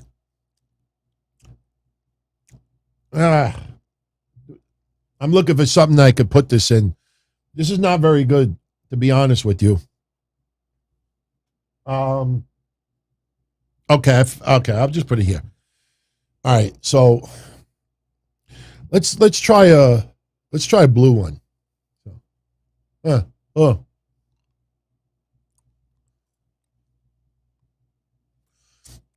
It's hard. It's stale. You taste a little bit of sugar in the beginning, but very, very stale. It doesn't have much flavor to it. I don't know. I mean, not very good.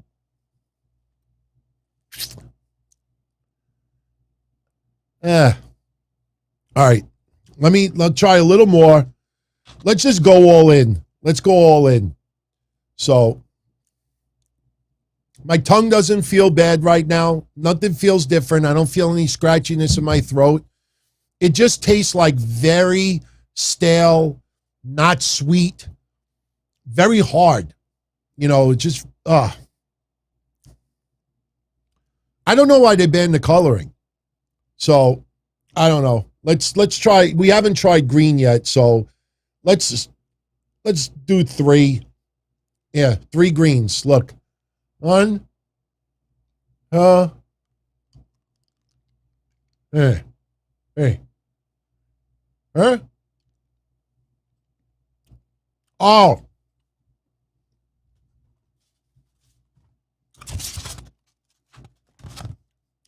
Ugh. It's like rotten lime. I don't know what that tastes like. That was horrible. The greens are, this not good. Let's try a yellow one. I haven't had a yellow one yet.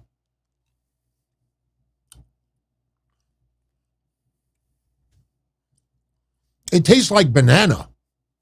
I don't know what it's supposed to be. Lemon, banana. It's not. No more. They're not. No. I think I had enough. They're not very good. There you go. Yeah, I mean, it's a cool item. You know, I look. It doesn't taste weird. You know, like my mouth doesn't feel like my tongue's gonna start swelling up or anything like that. It just, put it this way. If you're looking for something like this as a collectible, you know, pick it up. But if you're looking, he told me that this was stored very safe. And I believe him, because I think if this was under like high temperatures, I think but if you look at it close, you do see like some of the color has come off. So it must have had some high temperatures at some point. But not very good. Not very good. I mean, honestly, out of everything that I've tried so far, I've enjoyed that the least. I mean, we still got Oh, yeah, look. We got Constipated Sting. What do you mean I got to jump the guardrail in 2021? We got Constipated Sting. This is from 1997, though. We got the Goldberg one still. We got Vanilla Ice back there. We got the sour candy. I don't know. Is that it's not? At least my tongue is not like the other one. No, the Undertaker one. That's what it was. That Undertaker one, that one was interesting. That one was weird. I mean, my throat felt a little scratchy after. I don't know. Just my honest opinion. If you're thinking about trying like 30-year-old gum, I mean, I wouldn't suggest you do it. But if you were going to try it, this is my honest opinion. Go get a pack of baseball cards. You could find baseball cards 1987. I think 1991 was the last year that they put gum in packs. But if you really want to experience old gum, go pick up on eBay a pack of baseball cards from like 87. And the reason why I say 87 is because 87, like it was a shit year for collecting baseball cards for the most part. So you probably could still get a pack of cards for $1 or $2. So inside there, you'll get that one stick of gum. And, you know, look, you got to observe it and be careful. Like when I looked at these, you could see like a little bit of the coloring has come off, but it could have just simply been from, you know, rubbing back and forth over the years. But you open up gum in a pack of cards, if any moisture has gotten in there, the gum will look fucked up. If the gum looks messed up, don't even try it. But if the gum just looks like a light pink, you know, rectangle piece of gum, it's probably okay. And I guarantee you, you put that in your mouth, it'll break into 1,000 pieces. It'll taste almost like powder, and it'll just melt away. You'll end up literally with no gum. I mean, here, I really don't want to touch it. But the thing that kind of disturbs me the most, you see how it all separated? See how that all separated? I don't know if you could see that. That's definitely not normal. So I'm gonna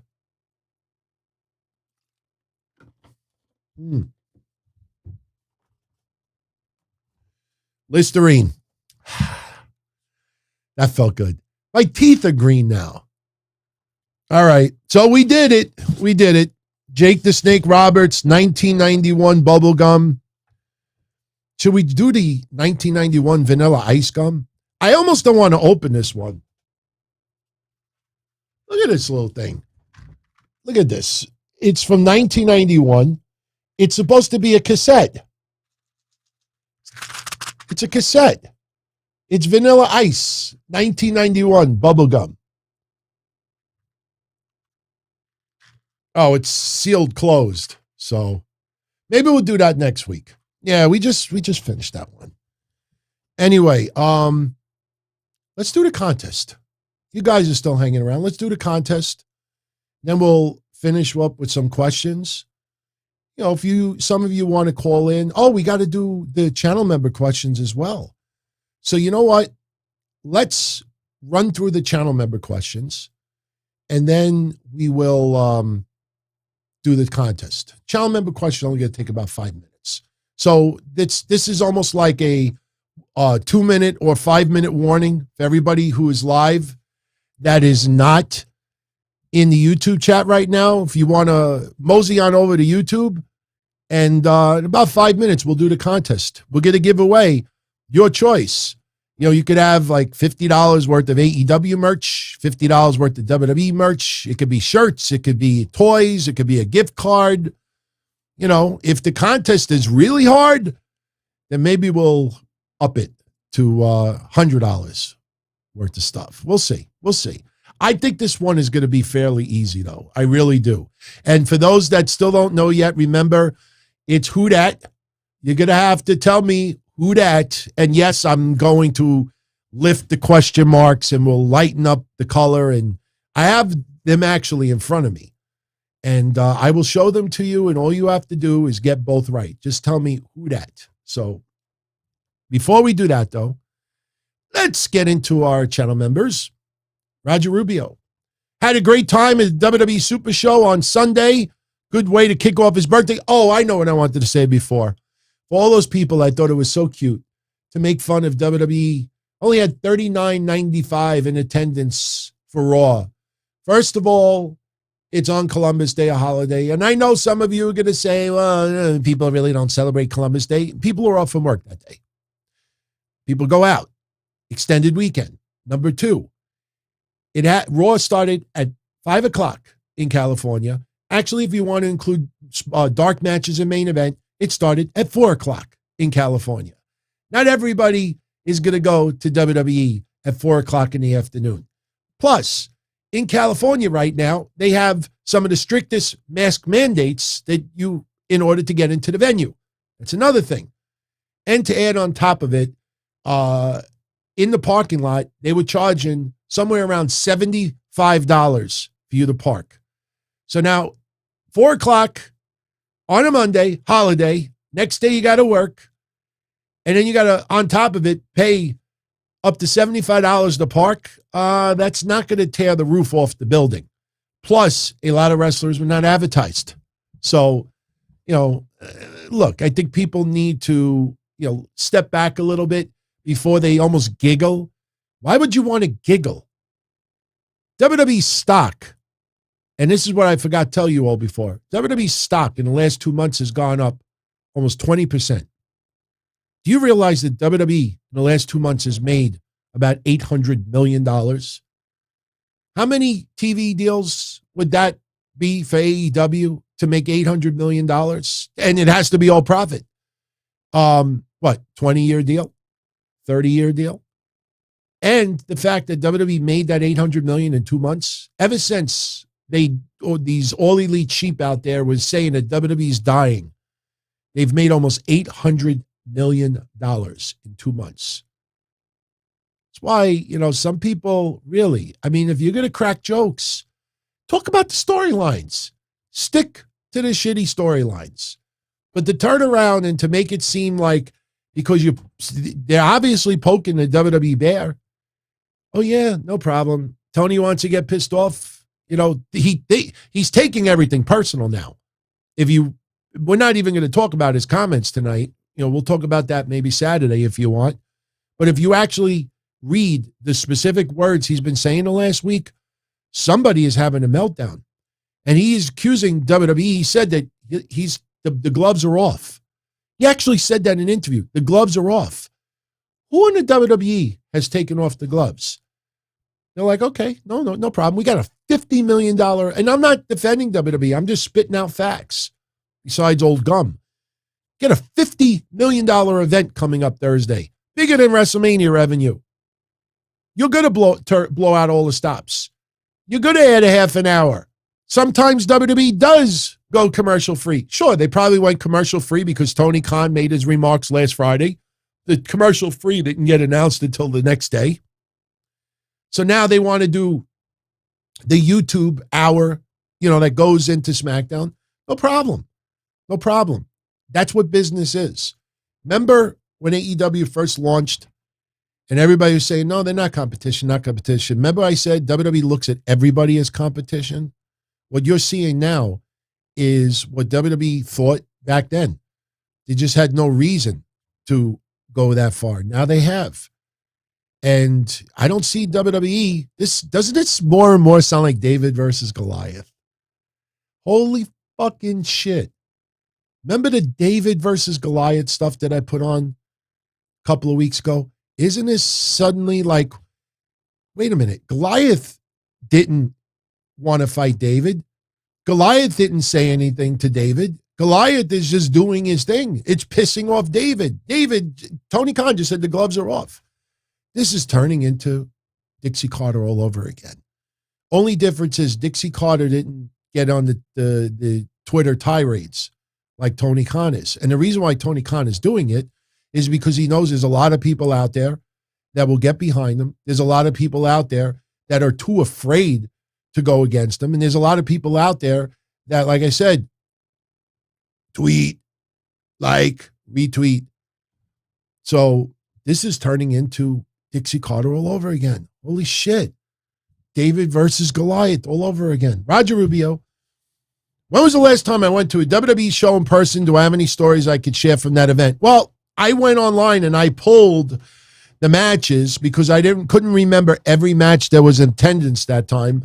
But if people remember back in 2017, I went to a WWE event here in New York. And some of the matches, Nakamura over, look at how much the card has changed in 4 years. Nakamura over Dolph Ziggler. R-Truth over Goldust. Seth Rollins and Dean Ambrose over Samoa Joe and The Miz. That's an interesting pairing. Neville retained the Cruiserweight Championship, beating Cedric Alexander. AJ Styles over Kevin Owens. Mickie James, Sasha Banks, and Bayley over Emma, Nia Jax, and Alexa Bliss. Finn Balor over Carl Anderson. Sheamus and Cesaro beat the Hardys, and Roman Reigns beat Bray Wyatt. I don't have any special stories from that day. I mean, I've gone to a lot of events over the years, and me and my friends just have fun. I went with my fiance and her brother, and I think her sister and her husband went too. Might have been the event before, but yeah, that's the last show that I have gone to, live and in person. Kevon Lewis. If I could choose one person to get in the ring with for 5 minutes, which would I choose, Walter or Minoru Suzuki? Minoru Suzuki. Minoru Suzuki, it would hurt like a bitch as well, but Minoru Suzuki, I don't know, he adapts to other styles a little bit better, and I don't know, I almost feel like I would have fun in the ring with Minoru Suzuki. Walter, I don't want to go anywhere near. To be honest, like I said, there's a lot of people in this world that deserve to be chopped at least once by Walter. So, no, Minoru Suzuki. Paul Bielowski will be in Aruba next week, and he's bringing his I'm a Don Tony Guy t-shirt. Hopefully you're not harassed by anybody. And yes, we limit our channel members' questions to one because obviously we don't want it to take over, a lot of time on the show. There's just a little added bonus, but since the first one really wasn't a question, he's asking, has anyone ever asked me what my favorite wrestling finisher is? Sometimes over the years, my favorite wrestling finisher is a pile driver. When Paul Orndorff did it, it was epic. I love the Magnificent Moroccos. Undertaker's is pretty good. Hell, whenever Rob Van Dam used to get pile driven, he would bounce off the apron, the canvas, which is just Rob Van Dam makes it look beautiful. So for me, the pile driver, Rob Van Dam would do that with DDTs also. I remember Tommy Dreamer giving Rob Van Dam a DDT once and bounced. And I was like, man, that looks pretty cool. So, but for me, the pile driver. That's my favorite. Brian Becerra, do I see Toxic Attraction being the female version of the Undisputed Era? As far as winning all the gold, maybe. As far as winning all the gold, I told this to someone on YouTube earlier today. You know what's so great about Toxic Attraction? Seriously. JC Jane, Gigi Dolan, Mandy Rose. You know what's so great about that group? They don't need to have 4-star matches. They don't even need to have really 3-star matches. They are a perfect example that if you're into the character, in their case, into the beauty, and into the attitude, and everything seems to click, well, guess what? They're a perfect example of people that you could enjoy in wrestling that don't have to wrestle great. So that's a beautiful thing. They're not going to tear the house down with their matches. Some of them would do better than others. Mandy Rose has improved quite a bit. Gigi Dolan is pretty good. JC Jane, I still want to see more. But you could be a big fan of Toxic Attraction, and guess what? They don't wrestle 5-star matches. I don't know many women wrestlers that do, but still, not everybody has to have an unbelievable, phenomenal, I'm shaking match. Rams fan, pick Spaceballs or Goodfellas. I'm not kidding. I don't know if you can see it. Feels like I got a blister now on my tongue. I swear to God, I'm not kidding. Maybe because of the Listerine. Spaceballs are good, fellas. One lives, one dies, and the one that dies is erased forever in my mind. As much as I love the movie Spaceballs. Spaceballs, the lunchbox. Spaceballs, the toilet paper. Spaceballs, the condoms. I know they didn't exist. Goodfellas. Goodfellas I would keep. Spaceballs would have to die. Goodfellas is my favorite movie of all time, and I do not erase Spaceballs, these Goodfellas from my memory. Nero Faye, who's more dangerous for the free world, Iran, China, or Russia? In my opinion, Iran, because Iran is just the state sponsor of terrorism. China is very, very scary as well because of how powerful. Like I brought up not too long ago, you know, anyone out there that doesn't know, look at the history of China around 1972 and look at how it changed over the years. If you worry about power, you got to worry about China more, but I'm worried more about terrorists than China. I really do. So I'm not saying that China is, you know, doesn't have its problems. It definitely does. But I'm more worried about Iran of the three. Near also asks, who are my most favorite WWE and IC champions? My favorite IC champion of all time is the Magnificent Morocco. Just so far ahead of his time with his attitude and his cockiness, and loved him as Intercontinental Champion. Favorite WWE champion of all time? Man, there's so many. So many. Jericho's run I enjoyed. When I grew up, I was a Hulkamaniac. Bret Hart was awesome. Shawn Michaels was awesome. We've had some pretty damn good champions over the years. So, you know, I can't really narrow it down to one. But growing up, obviously, I was a big fan of Bob Backlund back in the day. So, you know, it was just a few. I think we're it with the questions. I think we might have one or two more. KD, am I watching the new Halloween movie on Peacock tomorrow? I'm assuming you're talking about Halloween Kills. I'll be honest with you. I'm not into the Michael Myers movies like I used to. I know some of them have been good. I'm not a big horror buff like I used to be. But I'll be honest with you, man. You know, I grew up, yes, I was too young, but I grew up when Halloween 1 came out. And not for nothing, I know this is going to sound really stupid to some of you out there, and I agree, but, you know, Halloween 1 came out in like 1978. That was 43 years ago.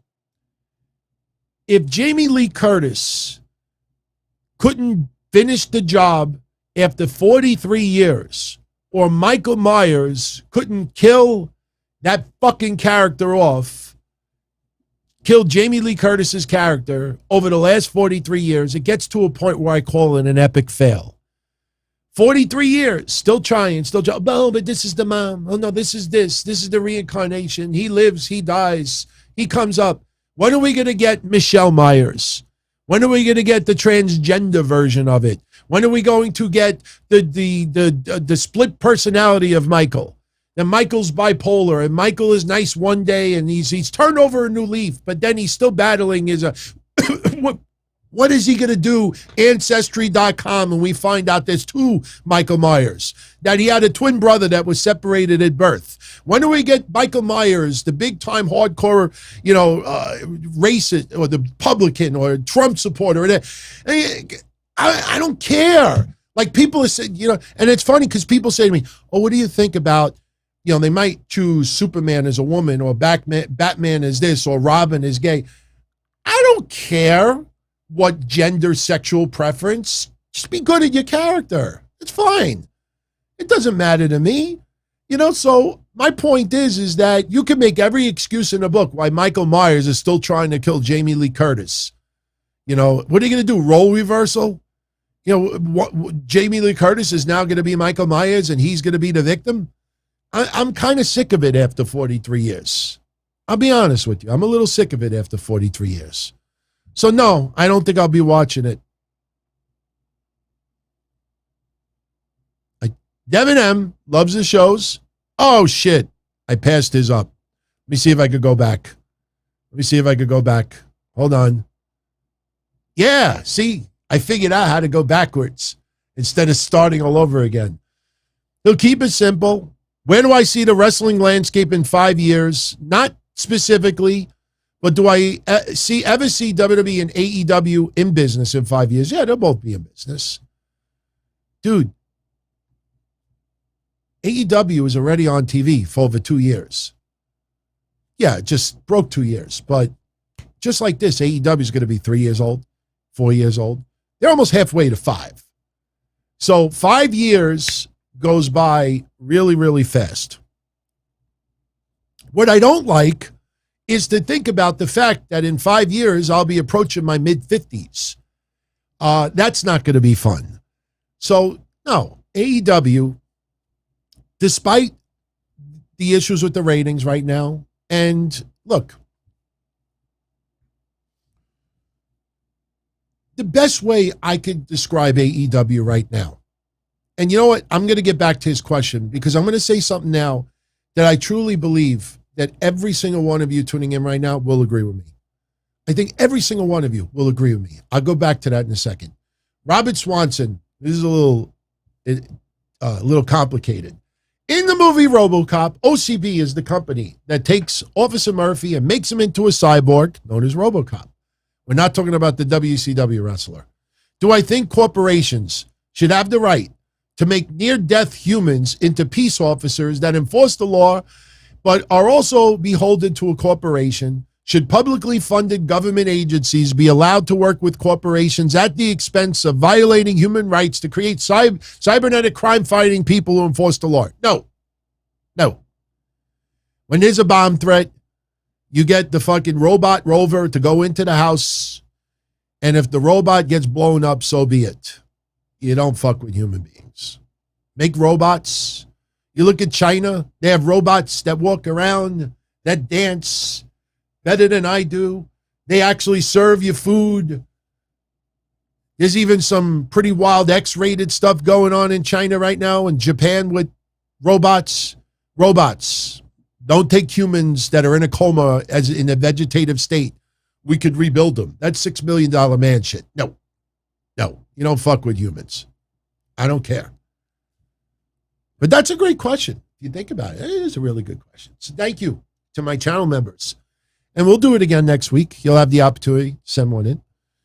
Yeah, it is more Japan, Sam, than anything else. Now, AEW. I'm going to summarize one thing right now in such a simplistic way. I truly believe every single one of you are going to agree with me. Okay? Rampage's ratings are down 56% since CM Punk debuted. Dynamite's ratings are down 21% since CM Punk debuted.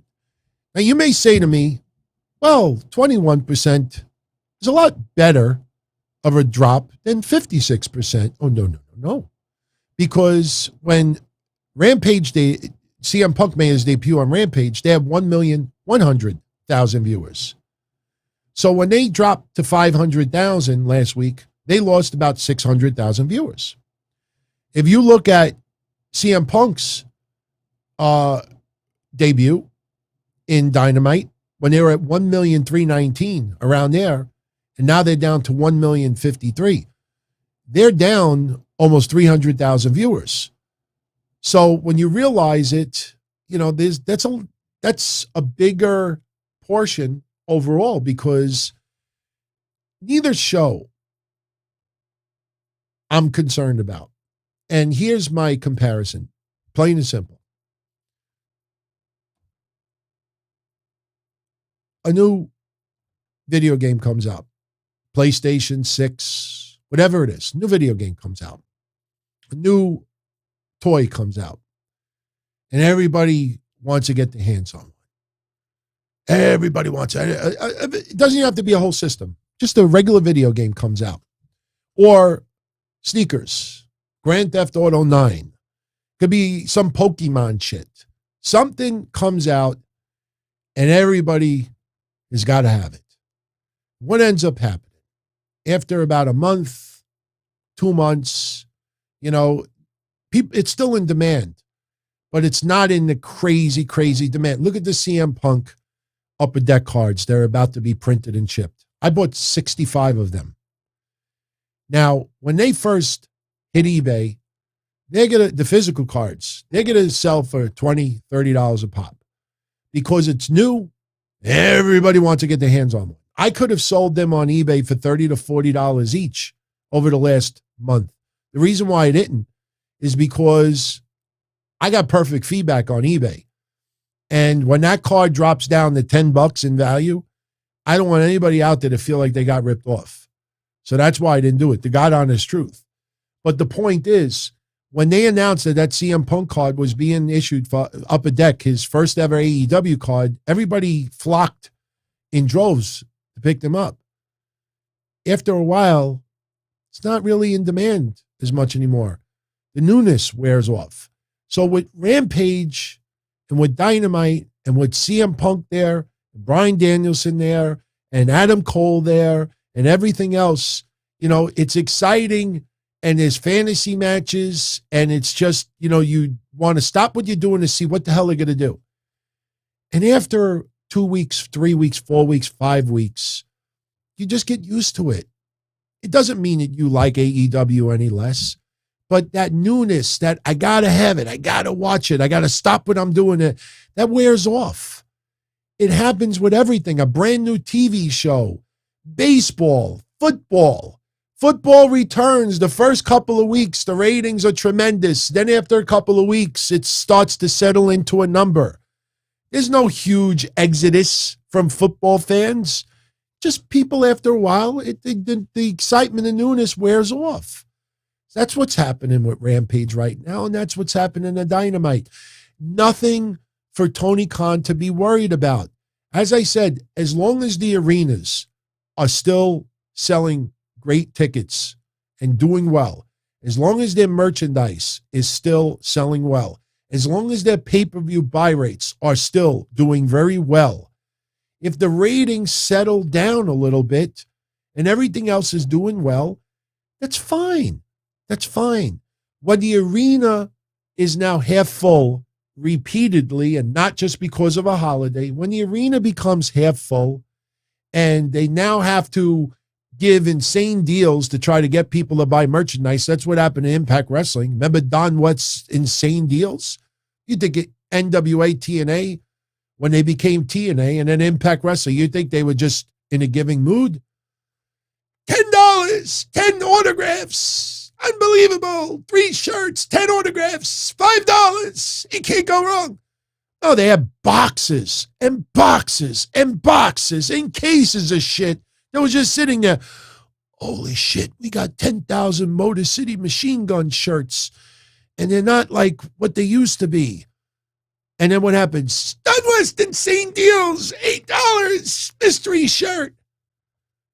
That's what they do. It wears off after a while. So you're hearing it from me. I'm not worried about AEW at all. AEW doing a fine job.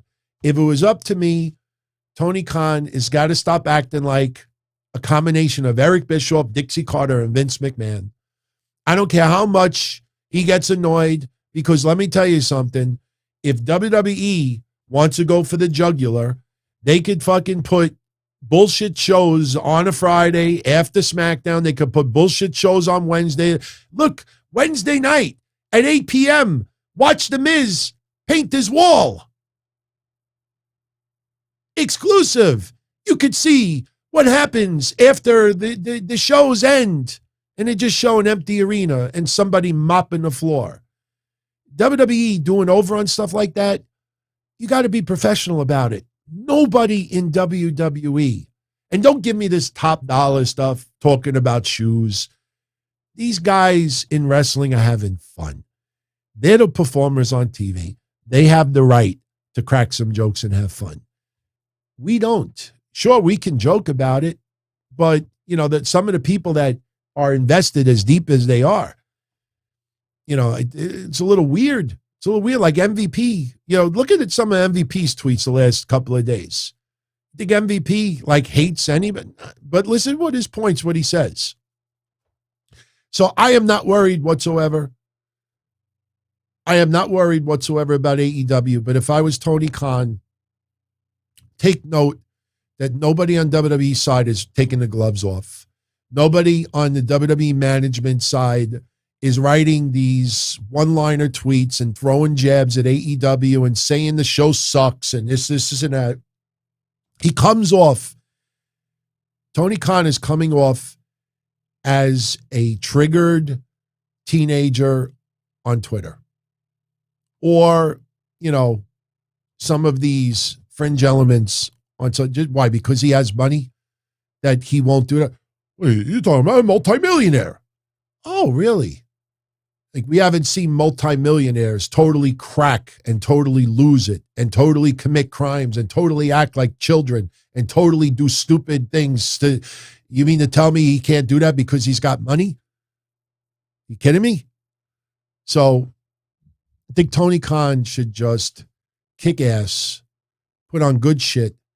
The numbers go down. Keep doing what you're doing.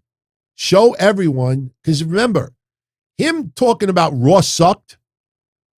I don't want to name any podcasters, but he sounds like one of these podcasters that will just clickbait on YouTube to tell us how much garbage WWE is, how awful it is. It's the drizzling shit. It's disgusting shit, but they keep watching it. Who's the fool? Yeah, but I make money. Yeah, but I have to watch it. I do shows. Nobody forces anybody to watch anything. Why do I have to watch something that is god-awful? Now, in the case of people who do it full-time, you know, like Ryan Satin, Sean, JD, I think Jason does it full-time. You know, sometimes you got no choice. You got to watch it. Because if you do a show every night, you got to cover it. So I get that. But other people out there, you know, and that's another thing too. I don't want to mention the person's name, but there's a guy out there, did a podcast. It's funny. You know, I don't want to ruin his thing, but he was throwing so much shade my way. And some people have thrown shade my way over the years. And some people say, oh, they're just trying to get your attention to get, you know, viewers to tune into this stuff. So I never said a word about this guy. Never. I checked my searches. I did this. I never said a word about this guy. No, I never said a word about this guy. And this guy keeps throwing shade my way. I just kept quiet about it. And then somebody told me that 3 weeks ago, he issued an announcement that he has to put his shows on hiatus because he's really busy right now, that real life stuff coming in the way, and it was just too much work and it was interfering this and that. And I go and I look at his channel for the first time ever. He's got about 15,000 subscribers on YouTube, and his videos average 30 views. 30.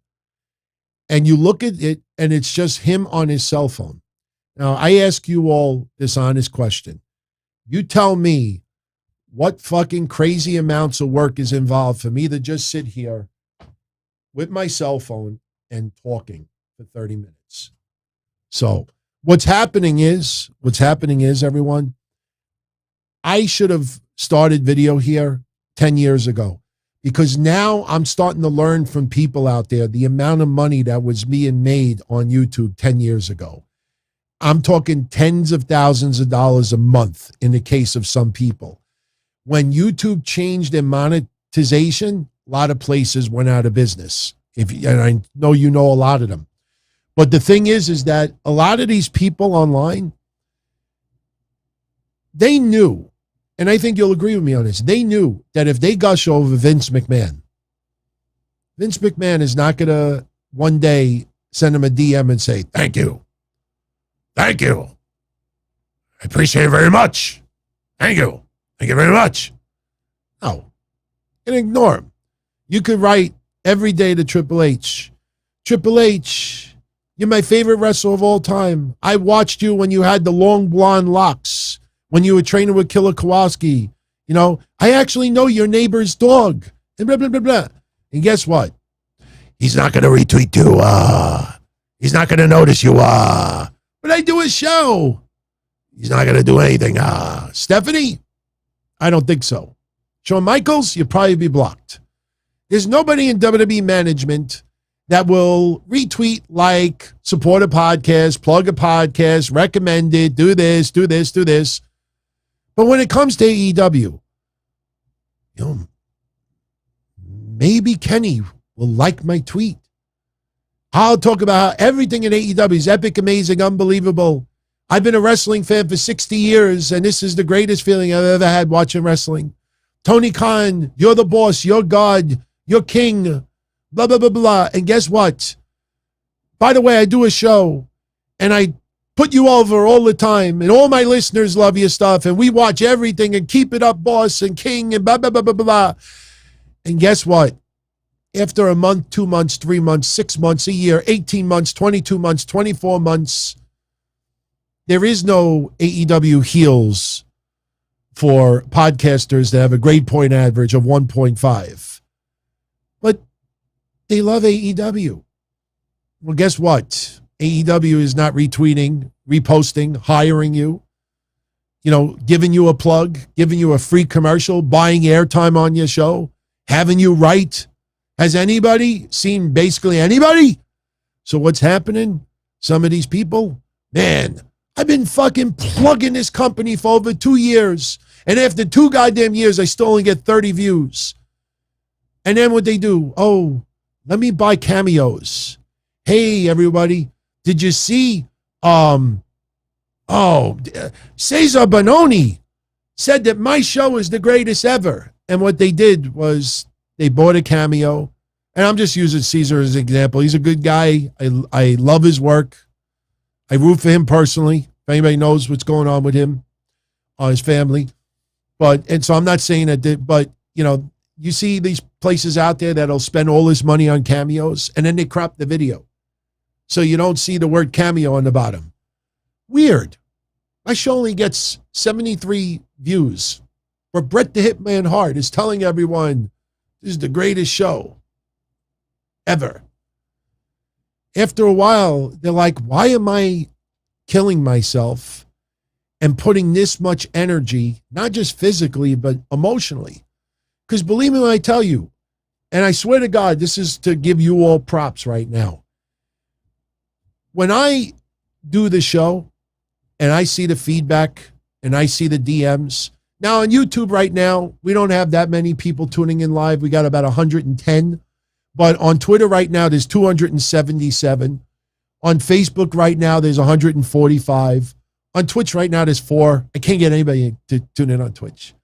But the point is that when you put all the numbers together, and then the fact that 80 to 85% of everybody who tunes in access audio only, I see all of you out there after all these years.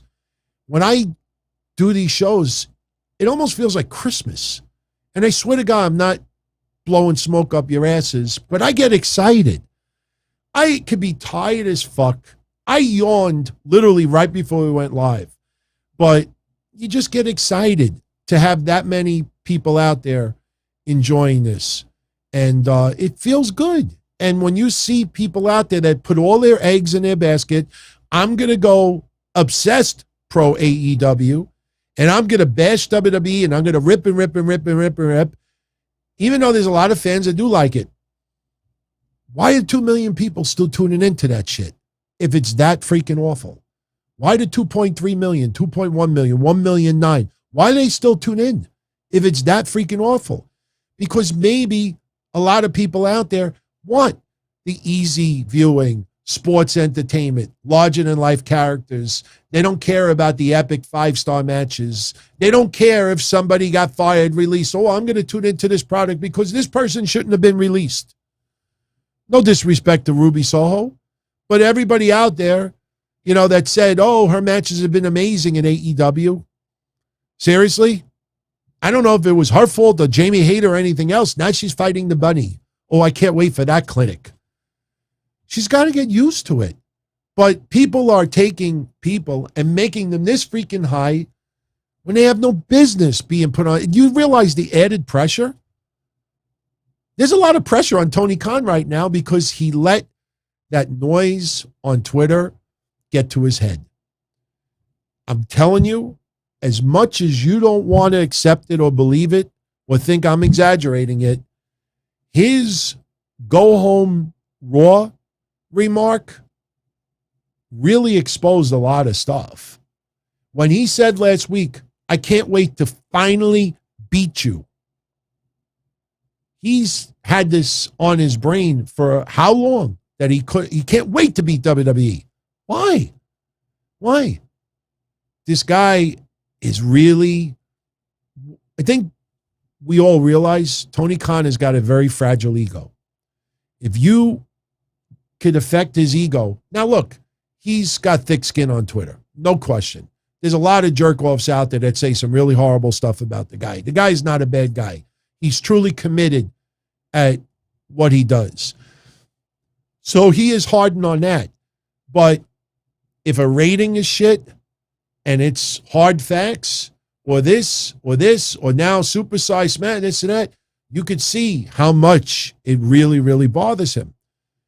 We have no idea how Vince feels. Eric Bischoff thinks that Vince gets excited at competition like this. We don't know. We don't know if Vince is home and he's laughing his ass off. I love it. I love it. I love competition. Or he might be pissed off like, we can't let them succeed. You don't know either way. Don't tip your hand. Tony Khan keeps tipping his hand. And then making these wild claims. There's only, look, sooner or later, one of these news outlets is going to have the kahunas to call him out on something he says that's wildly inaccurate on an interview. And when he gets called out on that, he probably won't get an interview. They won't get an interview with him ever again. But when he gets called out on it and he doesn't have the answer, you know, it's going to be interesting to see how he reacts to it. Because he has made several inaccuracies the last 2 weeks. Now, I know a lot of people say, well, you know, he just, you know, he didn't do the research and he just was talking off the cuff. It's weird that he's been around for 3 years and his inaccuracies are only happening over the last couple of weeks. The same time period that Rampage has gone down 50% in the ratings. The same time period that everybody who said that AEW is going to do 2 million viewers, 1.8 million viewers, is now barely breaking 1 million. When Tony Khan said the other day that I know we give a better product, and I want everybody to know that. We know. Can't force us to watch. And you can't force us to watch no matter how many times he or these other people out there want to tell us that Raw sucked, SmackDown sucked, NXT sucked, and if we like any of that stuff, there's something wrong with us. Because guess what? If you're a douchebag like that, things that you like, I probably get more turned off at. So, anyway, very quickly, because I know we're starting to really run late over here. Oh, shit, we didn't even do the Who Dat contest yet. Let's do it. Let's do it now. Let's do it now. I was going to talk about Carmelo Hayes winning the belt. I got something to say about that. But let's do this first. Let's do the Who Dat contest. I'm going to show you 2 pieces of wrestling memorabilia. And all you have to do is tell me who they are. You have to get both right. Let's pull up the chat room once again so we can have this in real time. Now, I know there's like 2 or 3 of you that got cut off on the bottom. Don't worry about it, because as soon as the winner scrolls up, I say contest over. We'll announce the winner. I got a bump under my chin. Yeah, I was born with that. Was born with it. So, put this on the screen again.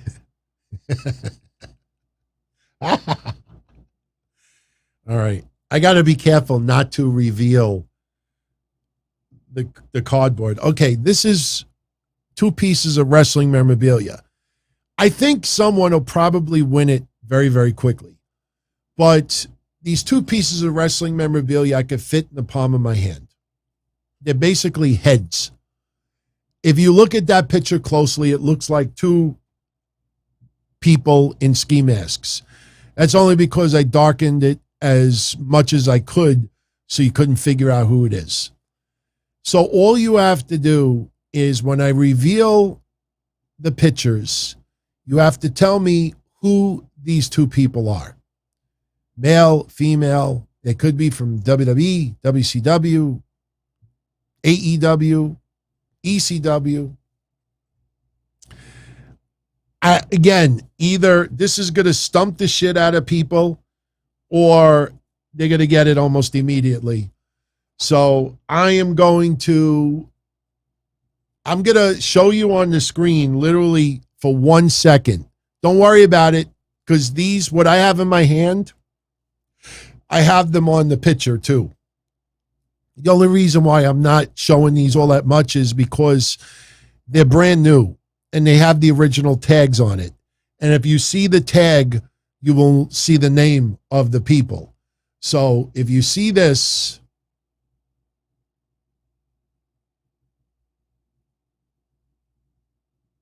okay, you got a little glance. So now I am going to reveal it on the picture. So you have to get both right. And the first person that gets both right wins tonight's contest. So without further ado, tell me who that. Sit back and relax and watch. It'll fade. Look, I don't have to touch nothing. Look, it'll fade. All right, give it a minute. Maybe I got to hit play. Okay. All right, watch. Look closely. If nobody gets it right away, I will enlarge the picture. No worries, it'll fade. There it goes. There it goes. Tell me, everyone. Who dat? Who dat? Who dat? Maybe we'll make it bigger. Who dat? We'll put it big once. Don't worry, I still got the chat room going. The first person that gets them right, I will stop the contest. Let's show it again. It'll fade. I think we got a winner. I think we got a winner. I think we got a winner. Yes, we got a winner. If you want to keep typing for fun, I think we got a winner. Who dat? Oh, my God. Okay, you want to know who won? Okay. I'll show you who won. I'm going to roll back on the chat. I don't know if I could highlight it. Hold on. Let's see. I saw it. Hold on. Okay, I found it. Here we go. Congratulations. SoFlyBmOre.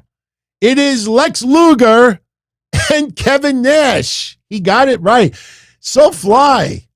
Much love, my friend. Much love. He got it freaking right. And for people, in case you're, yes, that is Kevin Nash.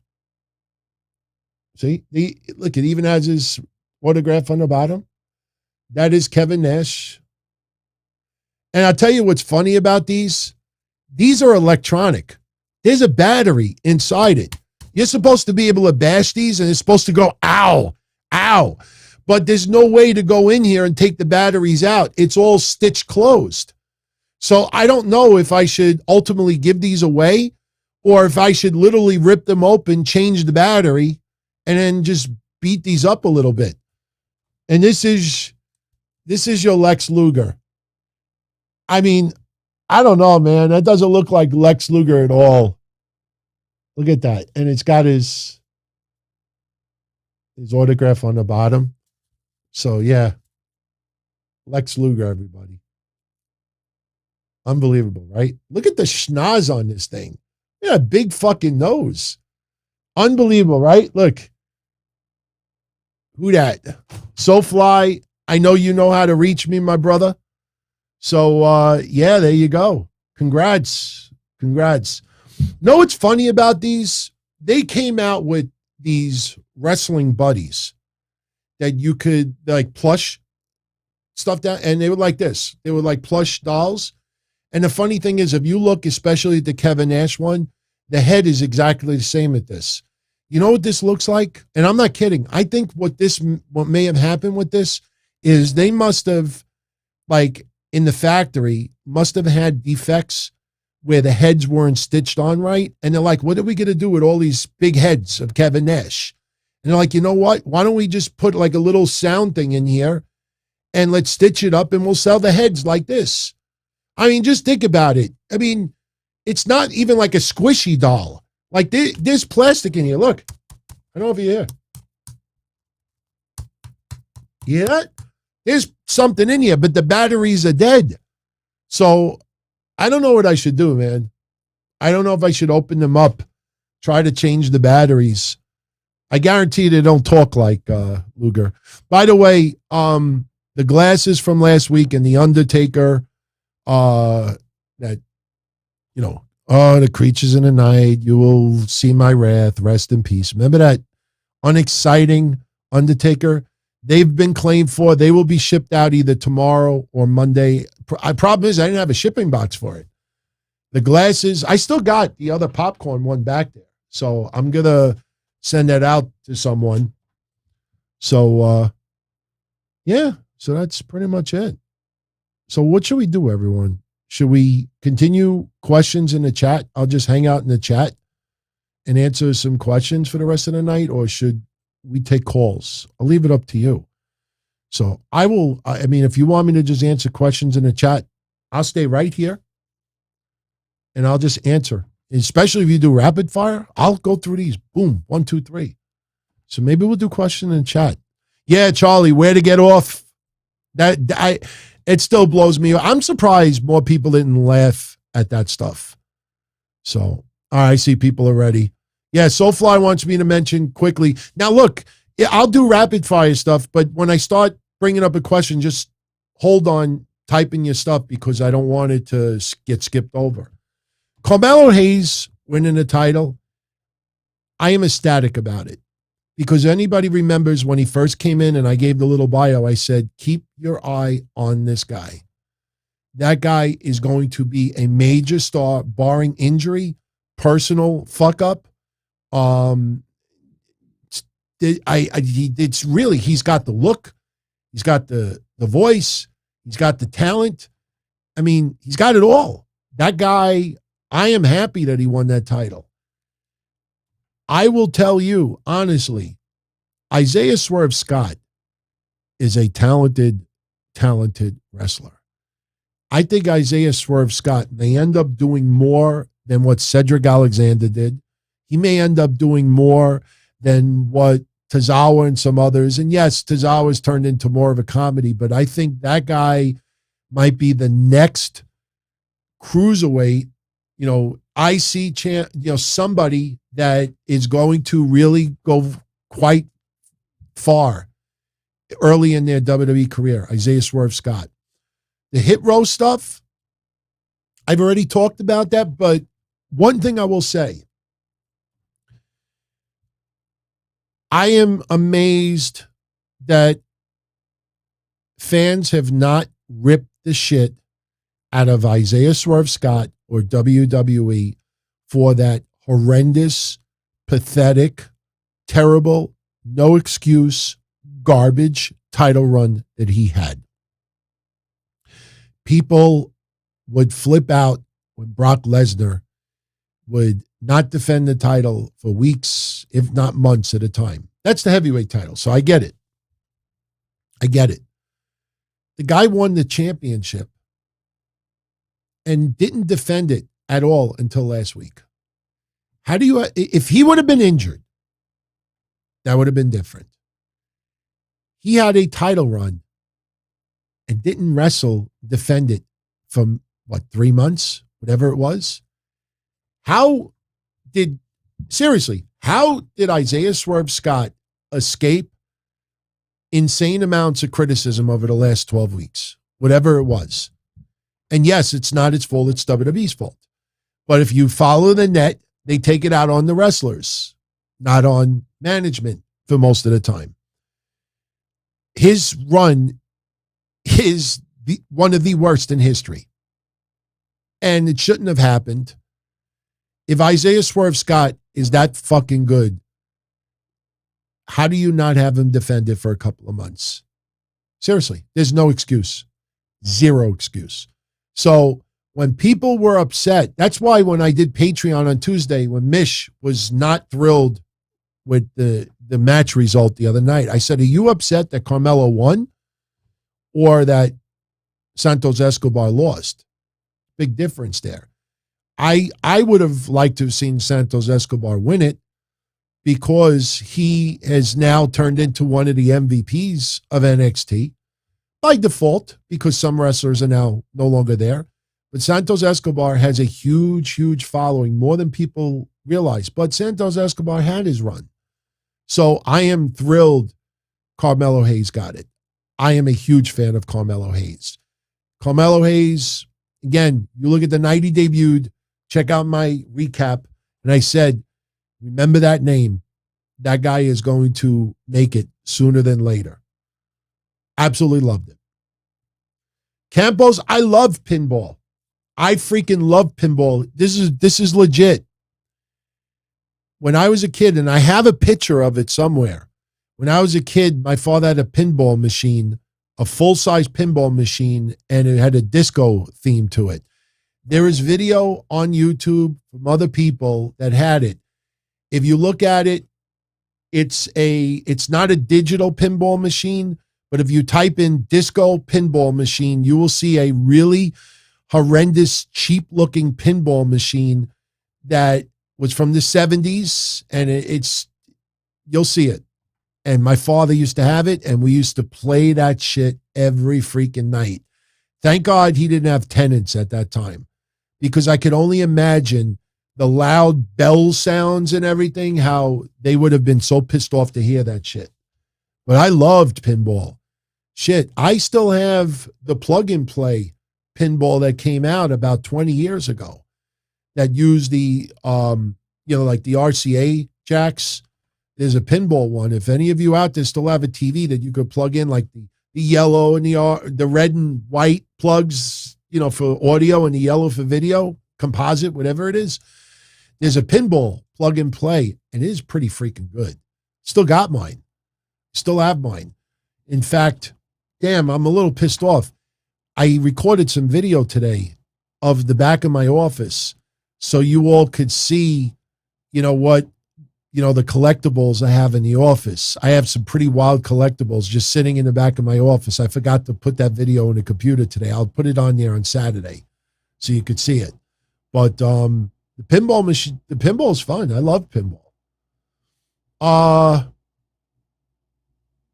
Twix, why don't I address that? Me and Mish claimed that NXT moved nights, both AEW and NXT ratings would go down.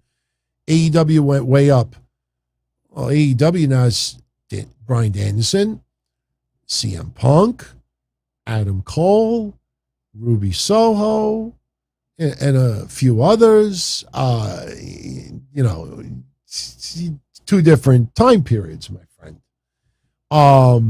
And my ratings prediction of Rampage is right spot on. I said it would average between 550 and 750. And it's right pretty much in that ballpark. Last week you had playoffs. And playoffs definitely affected Rampage last Friday. It's proven. And I usually don't use excuses for that, but there was a percentage of people that did not watch Rampage last Friday. I'm not concerned about Dynamite or Rampage. And Tony Khan needs to start sounding like he is not concerned either. You know, have people watch your product because yours is great, not because Raw sucked. Bo Middleton, who's the greatest journeyman who ever wrestled. Oof, boy. It's hard to answer that like that, because what some people classify as a journeyman, you know, some others would say, you know, because see, look, I'll be honest with you, man, and this is not a cop-out. You know, if you give me one example of a journeyman, I will give you an answer why I don't agree with your answer. Don't just pick. I want him to pick it. Bo, pick one person that you feel is a journeyman, and I will give you the argument why they're not a journeyman. And I have no idea. I have no idea who he's going to say. Pick one person. I'm putting myself out there. I might end up like being like, give me one person, and I'll tell you why I don't believe anybody's a journeyman, because not everybody is going to become heavyweight champion. Bull Payne? Oh, come on, man. Bull Payne is not a journeyman. Bull Payne is not a journeyman. See, when you say journeyman, you know, I don't think people actually even understand what journeyman even means. You know, Mario Mancini? No. Mario Mancini is not a journeyman. Mario Mancini, and I swear to you, you know me, I don't pander to anybody. And what I'm going to say is a compliment to the guy. Mario Mancini is a guy who came up in wrestling at a time where you had larger-than-life characters. You had to have a unique look about yourself. You had to look larger than life. You had to have something about you that made you stand out from everyone else. If Mario Mancini would have came up in the 60s or the 70s, then I think he would have had a much better shot when you look at some of the wrestlers who actually had some tag title runs, you know, in the WWF in the 60s and the 70s. Mario Mancini started to become visible on my TV in the 80s, in the early 80s, I don't know, 83, 84. And Mario Mancini, you know, look, we rooted for him as a Goomba. I mean, I'm not saying we don't, but you look at Mario Mancini looked like my cousin. Mario Mancini looked like somebody that worked at my father's store. Mario Mancini had ability. The problem is that he didn't have the look that, you know, stood out like, who's this person? You know, like you look at a photo of a bunch of people. Here's a good example. The infamous photo of the Ultimate Warrior and Sting when they were first bodybuilders. And I think AWA was looking at those two guys, and they had two other wrestlers in the picture as well. And, you know, when they showed the picture, you know, the promoter's like, who's this? Who's that? So he came up at a time where, you know, he got some opportunity, but because of the cartoon era and the, you know, the rock and wrestling and everything else, he was going to be used as someone to help get the larger-than-life characters over. And the thing is that, you know, when you have a somewhat reliable job in WWF, even though you're not getting the wins. Now, Mario Mancini, if I'm correct, once in a while would get treated and maybe get a match in the Garden and be able to wrestle 7 minutes. I think he wrestled in Ridgewood Grove Arena in front of me and had matches that, 6, 7, 8 minutes. It wasn't always 90 seconds and out for Mario Mancini. So him, like a lot of others, you know, they had a specific role to fill, and they chose to accept that role. And he was good at what he did, and he was not a slouch. It's just in that era, it was very, very difficult to break through. So he's not a journeyman. A journeyman is someone who had the look, had the ability, you know, had the charisma, had the mic skills, and was in every promotion, but for some reason just, you know, like barely tread water or really wasn't used all that much. And it's that, you know who some people may consider a journey woman Mercedes Martinez. If you want to use one, because Mercedes Martinez, I personally felt, should have been one of the biggest major players in Impact Wrestling over the years. I would have liked to have seen her gone a lot further in NXT. I don't care what her age is right now. I think Mercedes Martinez should have gotten a little bit more opportunity. So, yes, Nero, I will definitely take care of that with what you said, for sure. Absolutely. So I'll give you Mercedes Martinez. That's someone who had the look, the ability, the style, and still does, and should have gone a lot further. Didn't get the opportunity she should have. Big Boss Man was not a journeyman.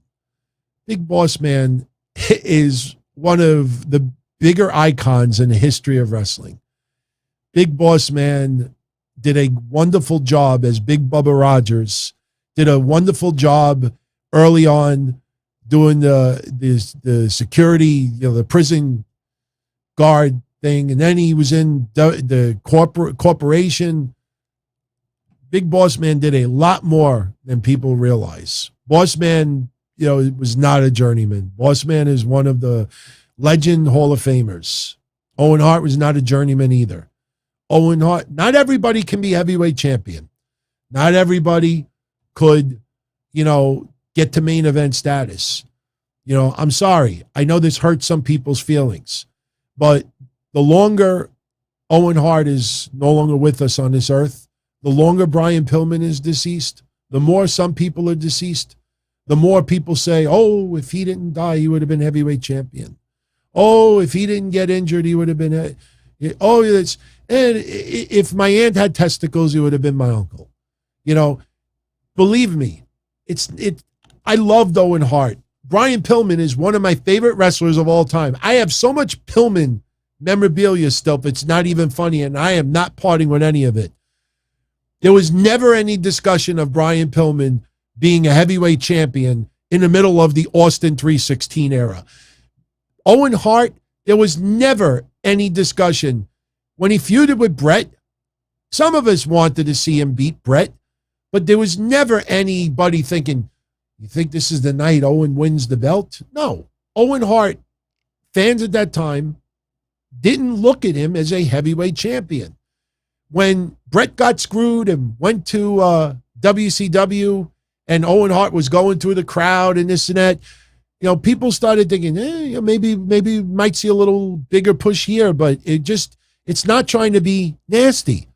There were some wrestlers you just felt the WWE F especially was not, there was nothing to even speculate that was a possibility. If that's the case, how come Meltzer's newsletters, Wade Keller, and everybody else at that time, none of them were doing articles, WWF is thinking about putting the title on Owen Hart. Brian Pillman is being considered. No, nobody talked about that. That's not being cold. But as years go by, he would have been champion. He would have been heavyweight champion. Yeah. Maybe for the UWF, if it was a few years earlier or later, whichever way you want to look at it. Maybe for the XWF, but WWE? Yeah, I can't watch Over the Edge, Lauren. Is it Lauren or Lorene? I think it's Lorene. I can't watch it. It's one of those moments that I still remember where I was, what I was doing. And you see right now, this is what I was talking about when I said earlier, I said the shows are going to change a little, I think. I want to sit on this chat room and just mingle. Ask just like this. So I think we got to do this more. I think next week, I got to make a promise the entire night. Let's do one for the entire night. Live chat. That's it. Live chat. Everybody here. Yeah, I know. Oh, no, I technically won it for 3 seconds. I know. I remember, see, a lot of people know this already. I was married for a very short period of time. Yes, I'm getting married next year. I had my marriage annulled. I got married in May of 99. So I was with my ex for a very short period of time. 6 months, within 6 months, it was over. In the midst of all of that, we were living in a house that we were supposed to own that I ended up selling when things didn't work out. And I sold it to my father, who sold it to someone else, so she couldn't try to take the house. Anyway, the bottom line is I was, during that period, is when Owen Hart passed. And I still remember in my kitchen, walking into my living room, one of those gigantic floor TVs, and hearing the news that Owen Hart had just passed away. And I just remember chills, chills, chills, chills. Went on the internet with my 56K modem and just tried to find out what was going on at that time, and it was just crazy. Crazy. I think I had just started wrestling-news.com at that time. I can't watch it either. Mike in Brooklyn, Brian Alvarez works for AEW. So what? So what? I don't understand. I mean, I've been subscribing to Meltzer for years and years and years. And I knew since the 90s that Meltzer was a huge fan of Japanese wrestling. And I would see ratings of matches and the way he would cover stuff, and I would see some favoritism. I still subscribe to him. Why can't these people work for these companies or be fans of these companies? I don't get it. None of you out there, and I'm not singling you out, but no one out there is forced to follow Meltzer. How many of you follow Buck Woodward? How many of you follow Wade Keller? How many of you follow that other schmuck that, said some really, really horrible stuff? Who was the guy that time, that demanded to know why Brody Lee died? What was his name? Does anybody follow him? I'm sure a majority of you out there don't follow any of those guys. So if you don't follow those guys, why pay attention to Meltzer? Why pay attention to Brian Alvarez? I think truly that watching people be successful gets under the skin of a lot of people. He brings up Denise. What's Denise's last name again? I always forget her last name. I think she just got hired to work Thunder Rosa's promotion. Denise gets a bad rap from a lot of people out there that she's overly supportive of AEW. The difference between Denise and a lot of other people is Denise, always has a smile on her face. What's her last name? What's her last name? Yeah, SoFly says you have to give fair and impartial coverage, or you don't have a journalistic integrity. Not for nothing. A lot of these people are podcasters. Who said that they're like journalists, like you would think like a newspaper? Is that it? Denise Salcedo. Yeah, that's it. That's her name. The thing about Denise is she's got a smile on her face all the time, and she is friendly to everyone, and she happens to be a big supporter of AEW. So what? So what? I mean, if you don't like that, don't follow her then. That's period. I think the problem is that, I think Braun Strowman said it recently, that anybody could claim online that they're a journalist. No, that's just not true. If you don't have certain criteria, qualification, you're not a journalist. But as far as covering wrestling, I mean, you do a podcast and you cover wrestling, but, I don't see anything wrong with people who do have favoritism. And I'm not accusing her of doing this. She doesn't do this.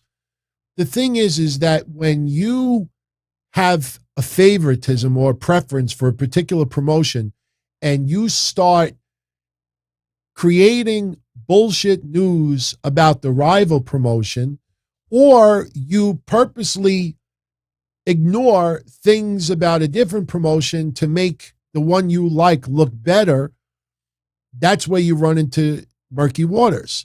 But that's nothing new. Mike Johnson was doing that with MLW in 2002. I mean, 2003, when we had that event that you saw Dutt versus Loki earlier, we sent press releases to every website out there. And Mike Johnson would bury it on page 16 of some bullshit article, but MLW would get 10 articles a day. And then you find out that, Court Bauer, Mike Johnson, a little hand job under the table, not physically, but, the proverbial one. And Mike Johnson, was trying to get preferential treatment with MLW.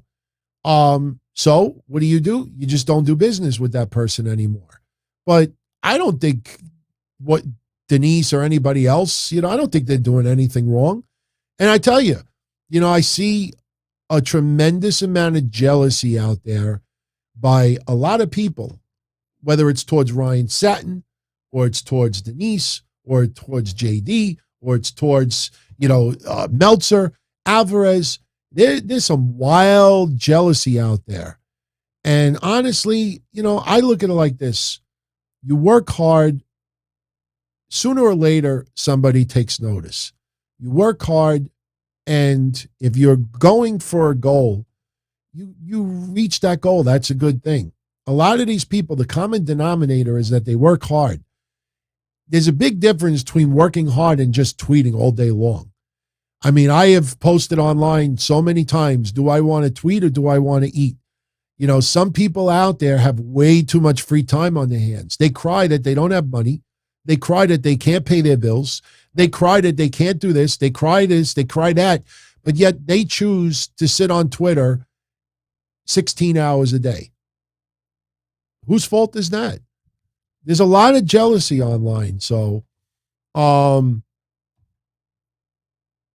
that's being a little nitpicky here, Russell, that Denise complained about an NXT episode saying that there was no women matches and there was 2. I can't explain it. I mean, to me, that's a little bit nitpicking. I mean, you got to look at the person's overall portfolio. And if you just look at Alicia Tout, I posted an infamous tweet like 2 years ago. Pay attention to carrying Killer Cross. He was Killer Cross at the time. 2 years ago, I said, pay attention to Killer Cross and Alicia Tout. Both of those names will be going in big places very, very soon. Alicia Tout is now doing like some wrestling stuff with, I think, Selena De La Renta, whatever her name is. I don't follow that close.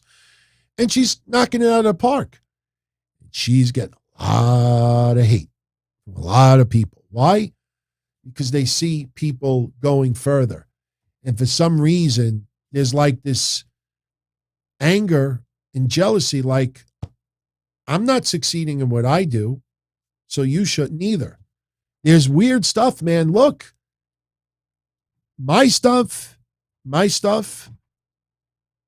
I mean, I hope people realize now that for a year and a half, when I was telling people early on, people would smile on my face and stab me in the back. Now, I haven't said that comment in over a year and a half, but, I think people understand now what I was talking about. I mean, people who would say some really, really nice shit about me online were writing some of the most god-awful shit in DMs to people. And it's not just one person. And, you bite your tongue. And I finally made a decision. I'm like, you know what? Straight ahead. Not looking back. Balls to the wall. Work hard. Have fun in the process. The more you have fun, the more it doesn't feel like work. And that's how many times have I said over the years, the ultimate fuck you that you could give people out there is success? I've said that hundreds of times on these shows. So the ultimate F you to haters out there is success. That goes to each and every one of you out there, no matter what you do. It's weird. And I pointed this out. Forget my shows. Forget what I used to do in indie wrestling. Forget everything I did. I post good news about work. I post good news about getting engaged. I post good news about family. I post good news about me. You post a positive picture online. Yes, a lot of you out there are very, very kind and spread love, and it feels good. It definitely does. But I noticed 2.5 years ago, a little pattern, which was a weird pattern. Two things that was happening. Number one, I would post something good that would happen to me. Whatever it was. Remember scratching off a scratch-off ticket, winning $1,000? And I would notice a certain group of people, like not like liking it, not saying a word about it, like just ignoring it. All right, no big deal. Then I post something with my family, and I see the same people suddenly disappear from the net. And I would tell Mish, especially, I'm like, Mish, I'm going to post this later on. So I want you to take note of, I gave him a list of 20 people. Let's see how many of them actually comment on it. None of them. No likes, no nothing. This went on for 2 years that I noticed this. And then you realize that some people out there are angry and bitter when good things happen to other people and it doesn't happen for them. The second thing that was really weird is I would have something happen to me, surgery. I fell, and remember that took the nosedive on the ladder and screwed up my arm, had the surgery, had a cancer scare, had illness, this and that. And we would notice a certain group of people that within a few days of every time I posted something happened to me, they would post something similar. There was at least 3 times I said, everybody, I got something, just say a prayer for me, hoping everything works out good. And it almost feels like when they see that a bunch of you out there reacted to me like, oh, DT, praying for you, this and that. And within 3-4 days, hey, everybody, didn't have a good day today, say a prayer for me because, something's going on. I really don't want to talk about it right now. And it would happen over and over and over again. And when I had my surgery, I bet Mish $1. So I bet you $1 within 5 days, this person writes about a surgery. Sure enough, 3 days later, the person says that they may have to go in for a surgery. And we were like, and it's not anybody I did shows with. I don't want anybody to start thinking that. Just a weird things go on online. But at the end of the day, everyone, success is the ultimate revenge any of you could give to your haters. And everybody out there has haters. Every person you mentioned in the chat, they all have haters too. What are they supposed to do? They can't please everybody all the time. So if you enjoy certain promotions out there and you have a great time and you smile and you're having fun, that's infectious. That's positive vibes. A lot of places want that. That's why you see people out there with positive vibes. They're the ones that are usually getting jobs for some promotions. It may not be big promotions, but if you notice in the last 3-4 months especially, everybody out there, especially who does shows that have positive vibes, they seem to be landing the jobs.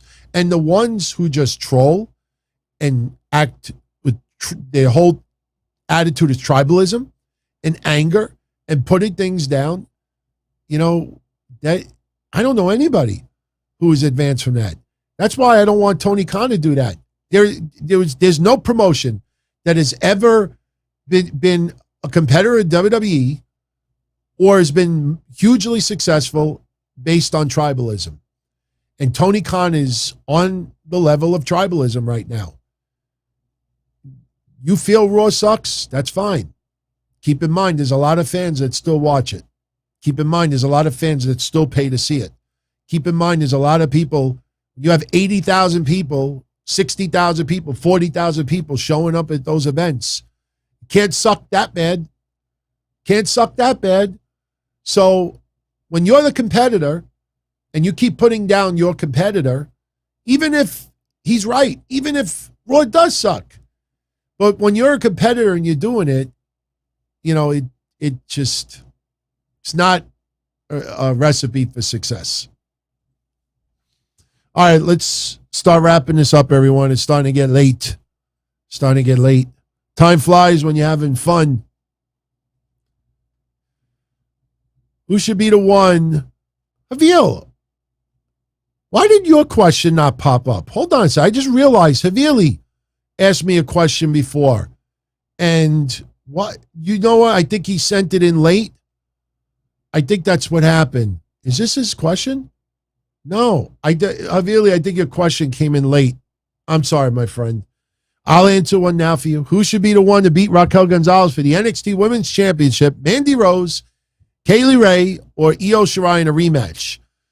Io Shirai, I think they've totally missed the opportunity to have a little bit of a feud, even though I don't think Shirai should have taken it back. Mandy Rose is a possibility. It is a possibility. It's weird because, anybody think about this? Frankie Monet. I thought Frankie Monet was going to be the next women's champion. And Frankie Monet had women in her camp. And Frankie Monet, with her persona. And it almost feels like NXT said, you know what, instead of Frankie Monet, let's give that to Mandy Rose instead. I don't know if anybody's thought that like I have, but it felt like WWE did a drastic switch. Instead of the momentum to Frankie Monet, they gave it to Mandy Rose. I think Mandy Rose, of the three you said, I think Mandy Rose definitely has a shot. By the way, you all think Elias is returning to NXT? There's a little tease going on. Some people think that Elias may be showing up in NXT. I'm fine with that. Absolutely fine with that. Yeah, we were just talking about that, Mike. I don't know. I would hope it's Elias. They got to do something with the guy. I mean, truthfully, if they let him go, that is one of the more head-scratching decisions. Because the guy gets nuclear heat putting down towns. I mean, I don't understand why you would take it away from that guy, especially that they're back to touring. So, let's see. I think we're going to start taking this home, everybody. Yeah, no, I don't think so, Larry C. I know it'll pop up in a second in the chat. People will see what I'm talking about. Yeah, I don't think that's happening to Elias. I'd like to see the Usos show up in NXT one night. Why not? I think that would be, you know what? Have the Usos versus would I do that? Who would you want the Usos to face in NXT if it was for one night? I'd like to see the Usos versus MSK. Boy, I think about that. I think that would be a pretty damn fun match. I just thought of it. Holy shit, I just thought of it. If NXT is a part of Survivor Series, you may actually get to see MSK versus the Usos versus the Raw Tag Team Champions if it remains Randy Orton and Riddle at that time. Neer's asking me my favorite food besides Italian, Mexican, Greek. I actually ate Greek food for lunch today. I had a little moussaka, just no potatoes. Little moussaka today. I'm a big fan of gyros, heroes, as some people call it. So, but I like Mexican. I'm on keto, so I have to have like fake fajitas, but I'm a big fan of avocados, guacamole. Where's Walter? Probably sleeping right now. It's late. That's a running joke I've been doing since 97, everyone. When someone asks me where is someone and it's like 1 o'clock in the morning, I always say they're sleeping. What do you think they're doing right now? Walter is sleeping. Walter is back overseas, I believe. Swerve Show says he would love to smoke a blunt in my studio. Yeah, as long as you don't get my neighbors to complain.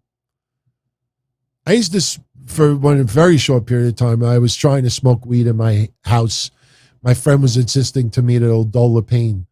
You know, unfortunately, for some reason, isn't it weird how you could like perfectly smoke out your window, but when it comes to weed, for some reason, the smoke always seems to like go out the window and then just decide to go like up 3 flights of stairs and then into your neighbor's window. Like, what are you doing over there? What are you smoking over there? You could blow it out the window and spray air freshener, and for some reason, it always seemed to like take a detour and still end up in like your neighbor's house. Let's see. All right. Time to go. Time to go. This was a fun show, everybody. Loved it. Absolutely loved it. I think, yes, next week, I'll see. I got to go through my master tapes and see what other matches. I got a CM Punk versus Corporal Robinson match. If any of you out there never saw Corporal Robinson, I don't know, is it against Corporal Robinson? I can't remember who he faced, but it was a pretty damn good match too. It was a card that I actually worked also. I'm going to see what I got. Maybe I'll find one that's a little bit shorter, and we'll play that next week. But next week, I'm just preparing you now. I'm going to sit in this chat room all night long like we're doing right now, like we've done for the last hour, and I'm just going to answer questions. So just like this. And I tell you, I should have been doing this months ago. You know, it just obviously I go on these tangents, and next thing you know, 40 minutes goes by. But I noticed others that do live streams, especially with Q&A, they'll just sit in the chat room and obviously answer super chats when they come in too, which is much appreciated. But just sit in the chat room, just talk and answer questions. And I thank you all for hanging out tonight. Much love. And yeah, I'm going to get out of here because, believe it or not, it's already 1:15 in the morning over here. And that scares me because I don't feel tired at all yet.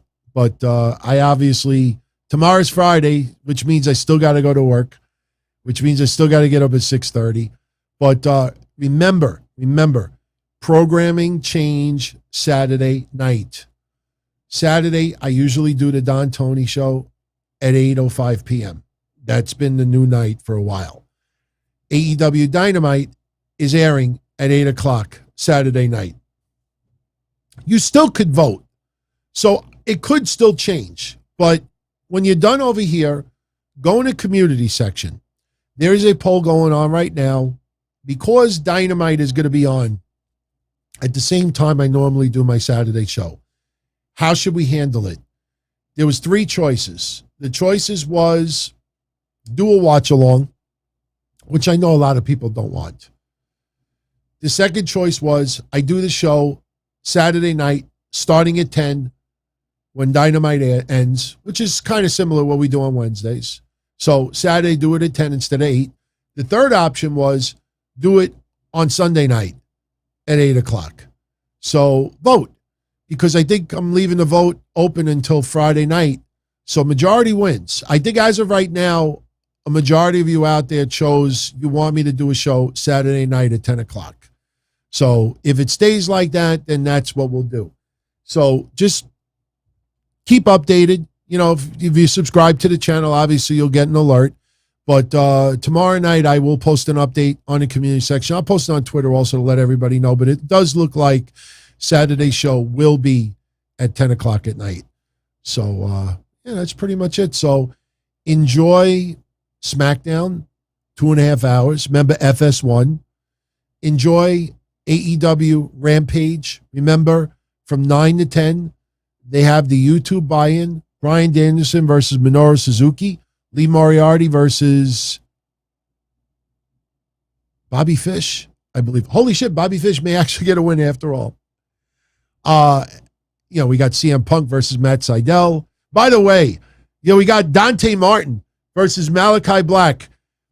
Anybody notice all these other bigger Twitter accounts copying my shit? Do you see I posted the Kenny Omega, Miz back-to-back with the Aladdin stuff the other day?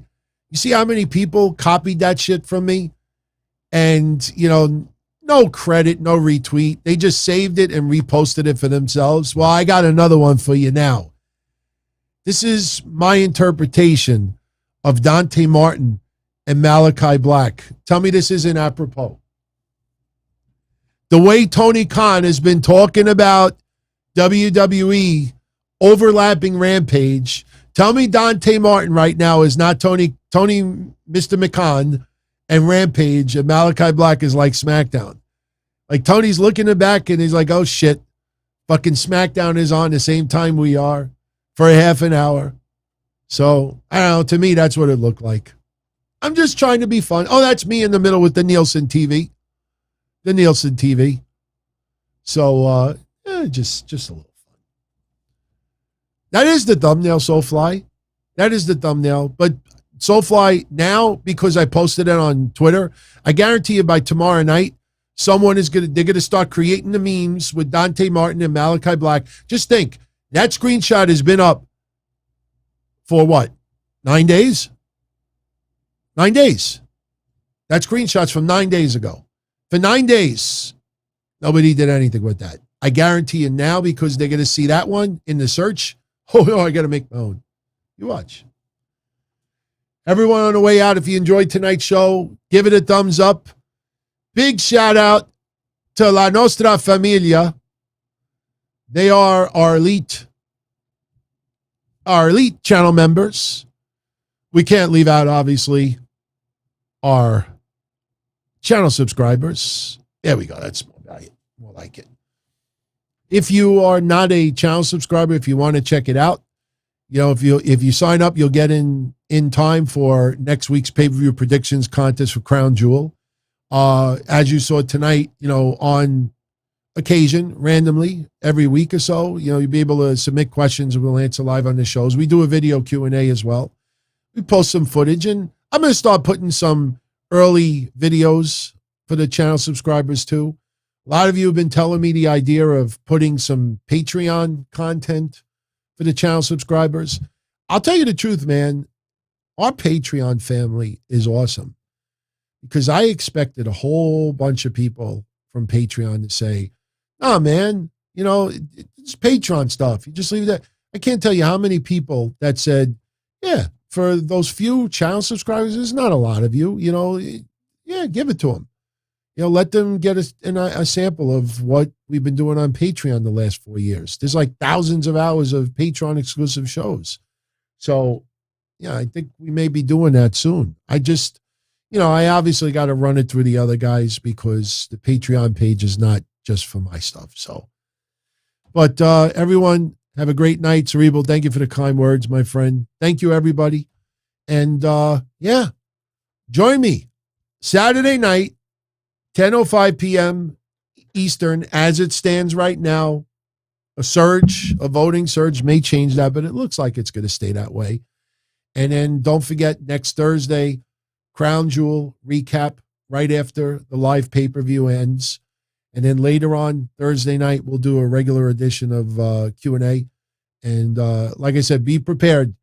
And for everybody out there that doesn't normally hang out in the chat, next Thursday, the entire show is just going to be me sitting here and just chatting with everybody in the chat room, asking questions, just like we did the last hour.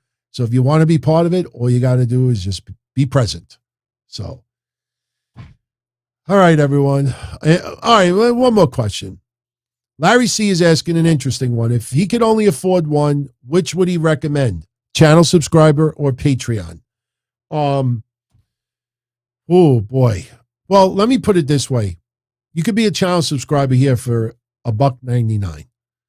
It's not a money grab here. I know everyone else charges, higher. I made it that to be, reasonable. It obviously helps with expenses, but also so, honestly, it's two totally different animals. Patreon is completely different, because Patreon, the show that I do at Mish on Tuesdays is totally different than what we do here on YouTube.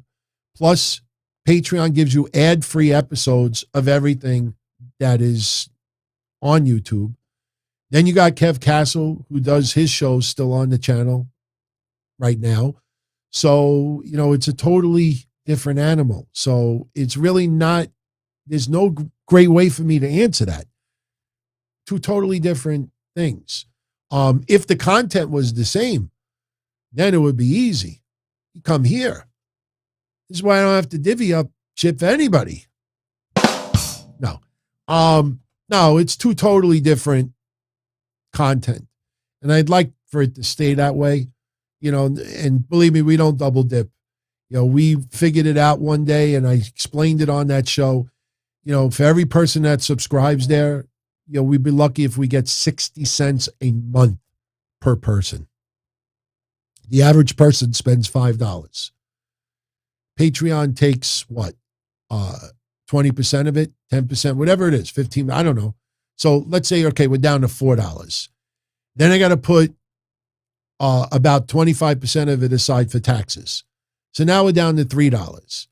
And then you got to take into account of the expenses of running the site and everything else. So let's say that's another $1 up. So now you're down to $2. And there's 3 people on the channel. So what ends up, when you add it up? So, but we have fun doing it. So we're not burnt out. We're having a great time. So as long as that continues, the channel continues. But one thing is for certain, I ain't going anywhere over here. So, it's not, scare for anyone out there. But if one ends up shutting down, it's certainly not going to be here. So Lauren says, I have her ex-boyfriend in my thumbnail. Interesting. Okay.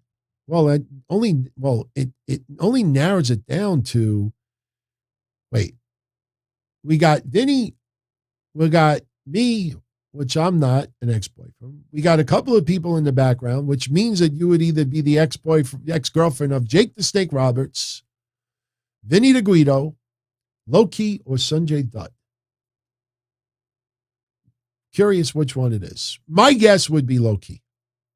That would be my guess. I don't know if I'm right. Taking a wild guess over here. Unless she's talking about this thumbnail, then it narrows it down to 2. It's either Malachi Black or Dante Martin. The guy with the purple shirt. You know what I loved about that picture? And it's a shame because I don't know if I have one that's not cut out. Let me see if I can find one. Hold on a second. I want to show everybody. I'll leave everybody with this.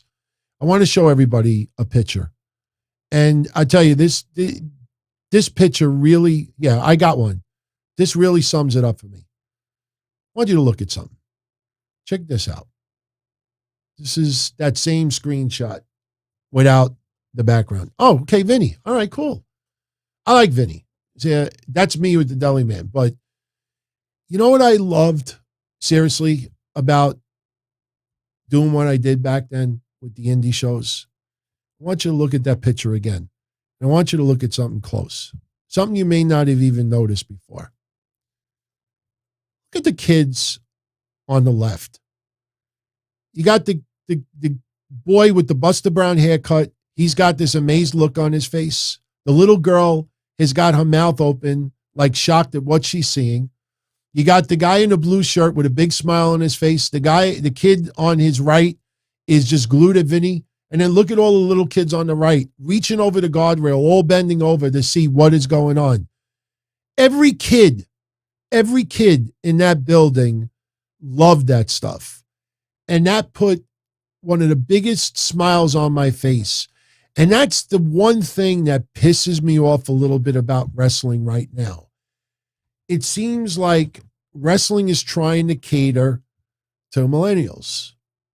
The 20-somethings, the 30-somethings, the 40-somethings. Like it seems like WWE may be the only promotion that is trying to cater to like family-friendly entertainment, try to be a little bit over the top at times, but for the most part, when it comes to kids that age, you tell me what promotion out there right now would be most suitable for them. That's why I loved doing it. The kids were awesome, man. The kids, didn't try to shit on every little thing you did. They all had fun. And that picture, I mean, especially look at those 2 kids on the left and look at those 3 little kids on the right. And that's me and Vinny getting that kind of, like attention. You can't ask for anything better. That is why I did it more than anything else. And little things like that, you may not notice, but that's one of the reasons why I keep that banner. I know some people have been saying, change the banner, change the banner. Every time I see that picture, it gives me a warm feeling inside, like, man, those kids were having so much fun at that time. And it was good. It was good. So, yeah, I actually do know how to cut meat, Charlie. So anyway, it's time for me to go. It is way over time now. It is 1:28 a.m. By the time I get this online, it's going to be 2. I got to pop Ambien, and hopefully I'm asleep by 3:30. And then at 6:30, I got to wake up. So, yeah. Everyone have a great night. Enjoy all the shows the next couple of days. I don't know if we're going to get the overnight rating for SmackDown and Rampage by Saturday night. But if we do not be surprised if SmackDown only does like 1.1 million, 1.2 million. I'd be shocked if it gets 1.3. And Rampage, I think, will probably be I think Rampage will go up a little. Even though you got SmackDown doing a half an hour, I think at minimum, if they drop, they'll only drop into like 480. And I don't think it's going to happen. I think Rampage actually, and get this, since CM Punk debuted, or the First Dance, let's go back further, the First Dance. If Rampage goes up this week, it'll be the first time that the rating has ever gone up since the First Dance. First time ever. So then you got to ask yourself, why did the rating go up? Because of what Tony Khan did, or fans just were interested in the matches that night. So, all right, everybody. Good night. As far back as I can remember, I always wanted to be a podcaster. For me to live any other way was nuts. To me, those goody-good people who worked shitty jobs for bum paychecks and took the subway to work every day and worried about their bills were dead. I mean, they were suckers. They had no balls. If I wanted something, I just took it. I ran everything. I paid the bills. I paid the host. I even paid the masked Maniac. Everybody had their hands out. Everything was for the taking. We always called each other good fellas. You would always hear from somebody. You're gonna like Don Tony. He's all right. He's a good fella. He's one of us. But if you're part of my crew, nobody ever tells you they're gonna get rid of you. It doesn't happen that way. There weren't any arguments or curses like in the movies. See, your haters come with smiles. They come as your friends, the people who've claimed they care the most for your life. And now that's all over. And that's the best part. Today everything is different. There's lots of action. I don't have to wait around for everything like everyone else. Oh, I didn't get the vaccine? Fuck you, vaccine me. Oh, your delivery guy has COVID? Fuck you, feed me. Right after I moved here, I ordered egg noodles and ketchup, and I got spaghetti with meat sauce. I'm no longer an average nobody, while they get to live the rest of their lives like a bunch of schnooks.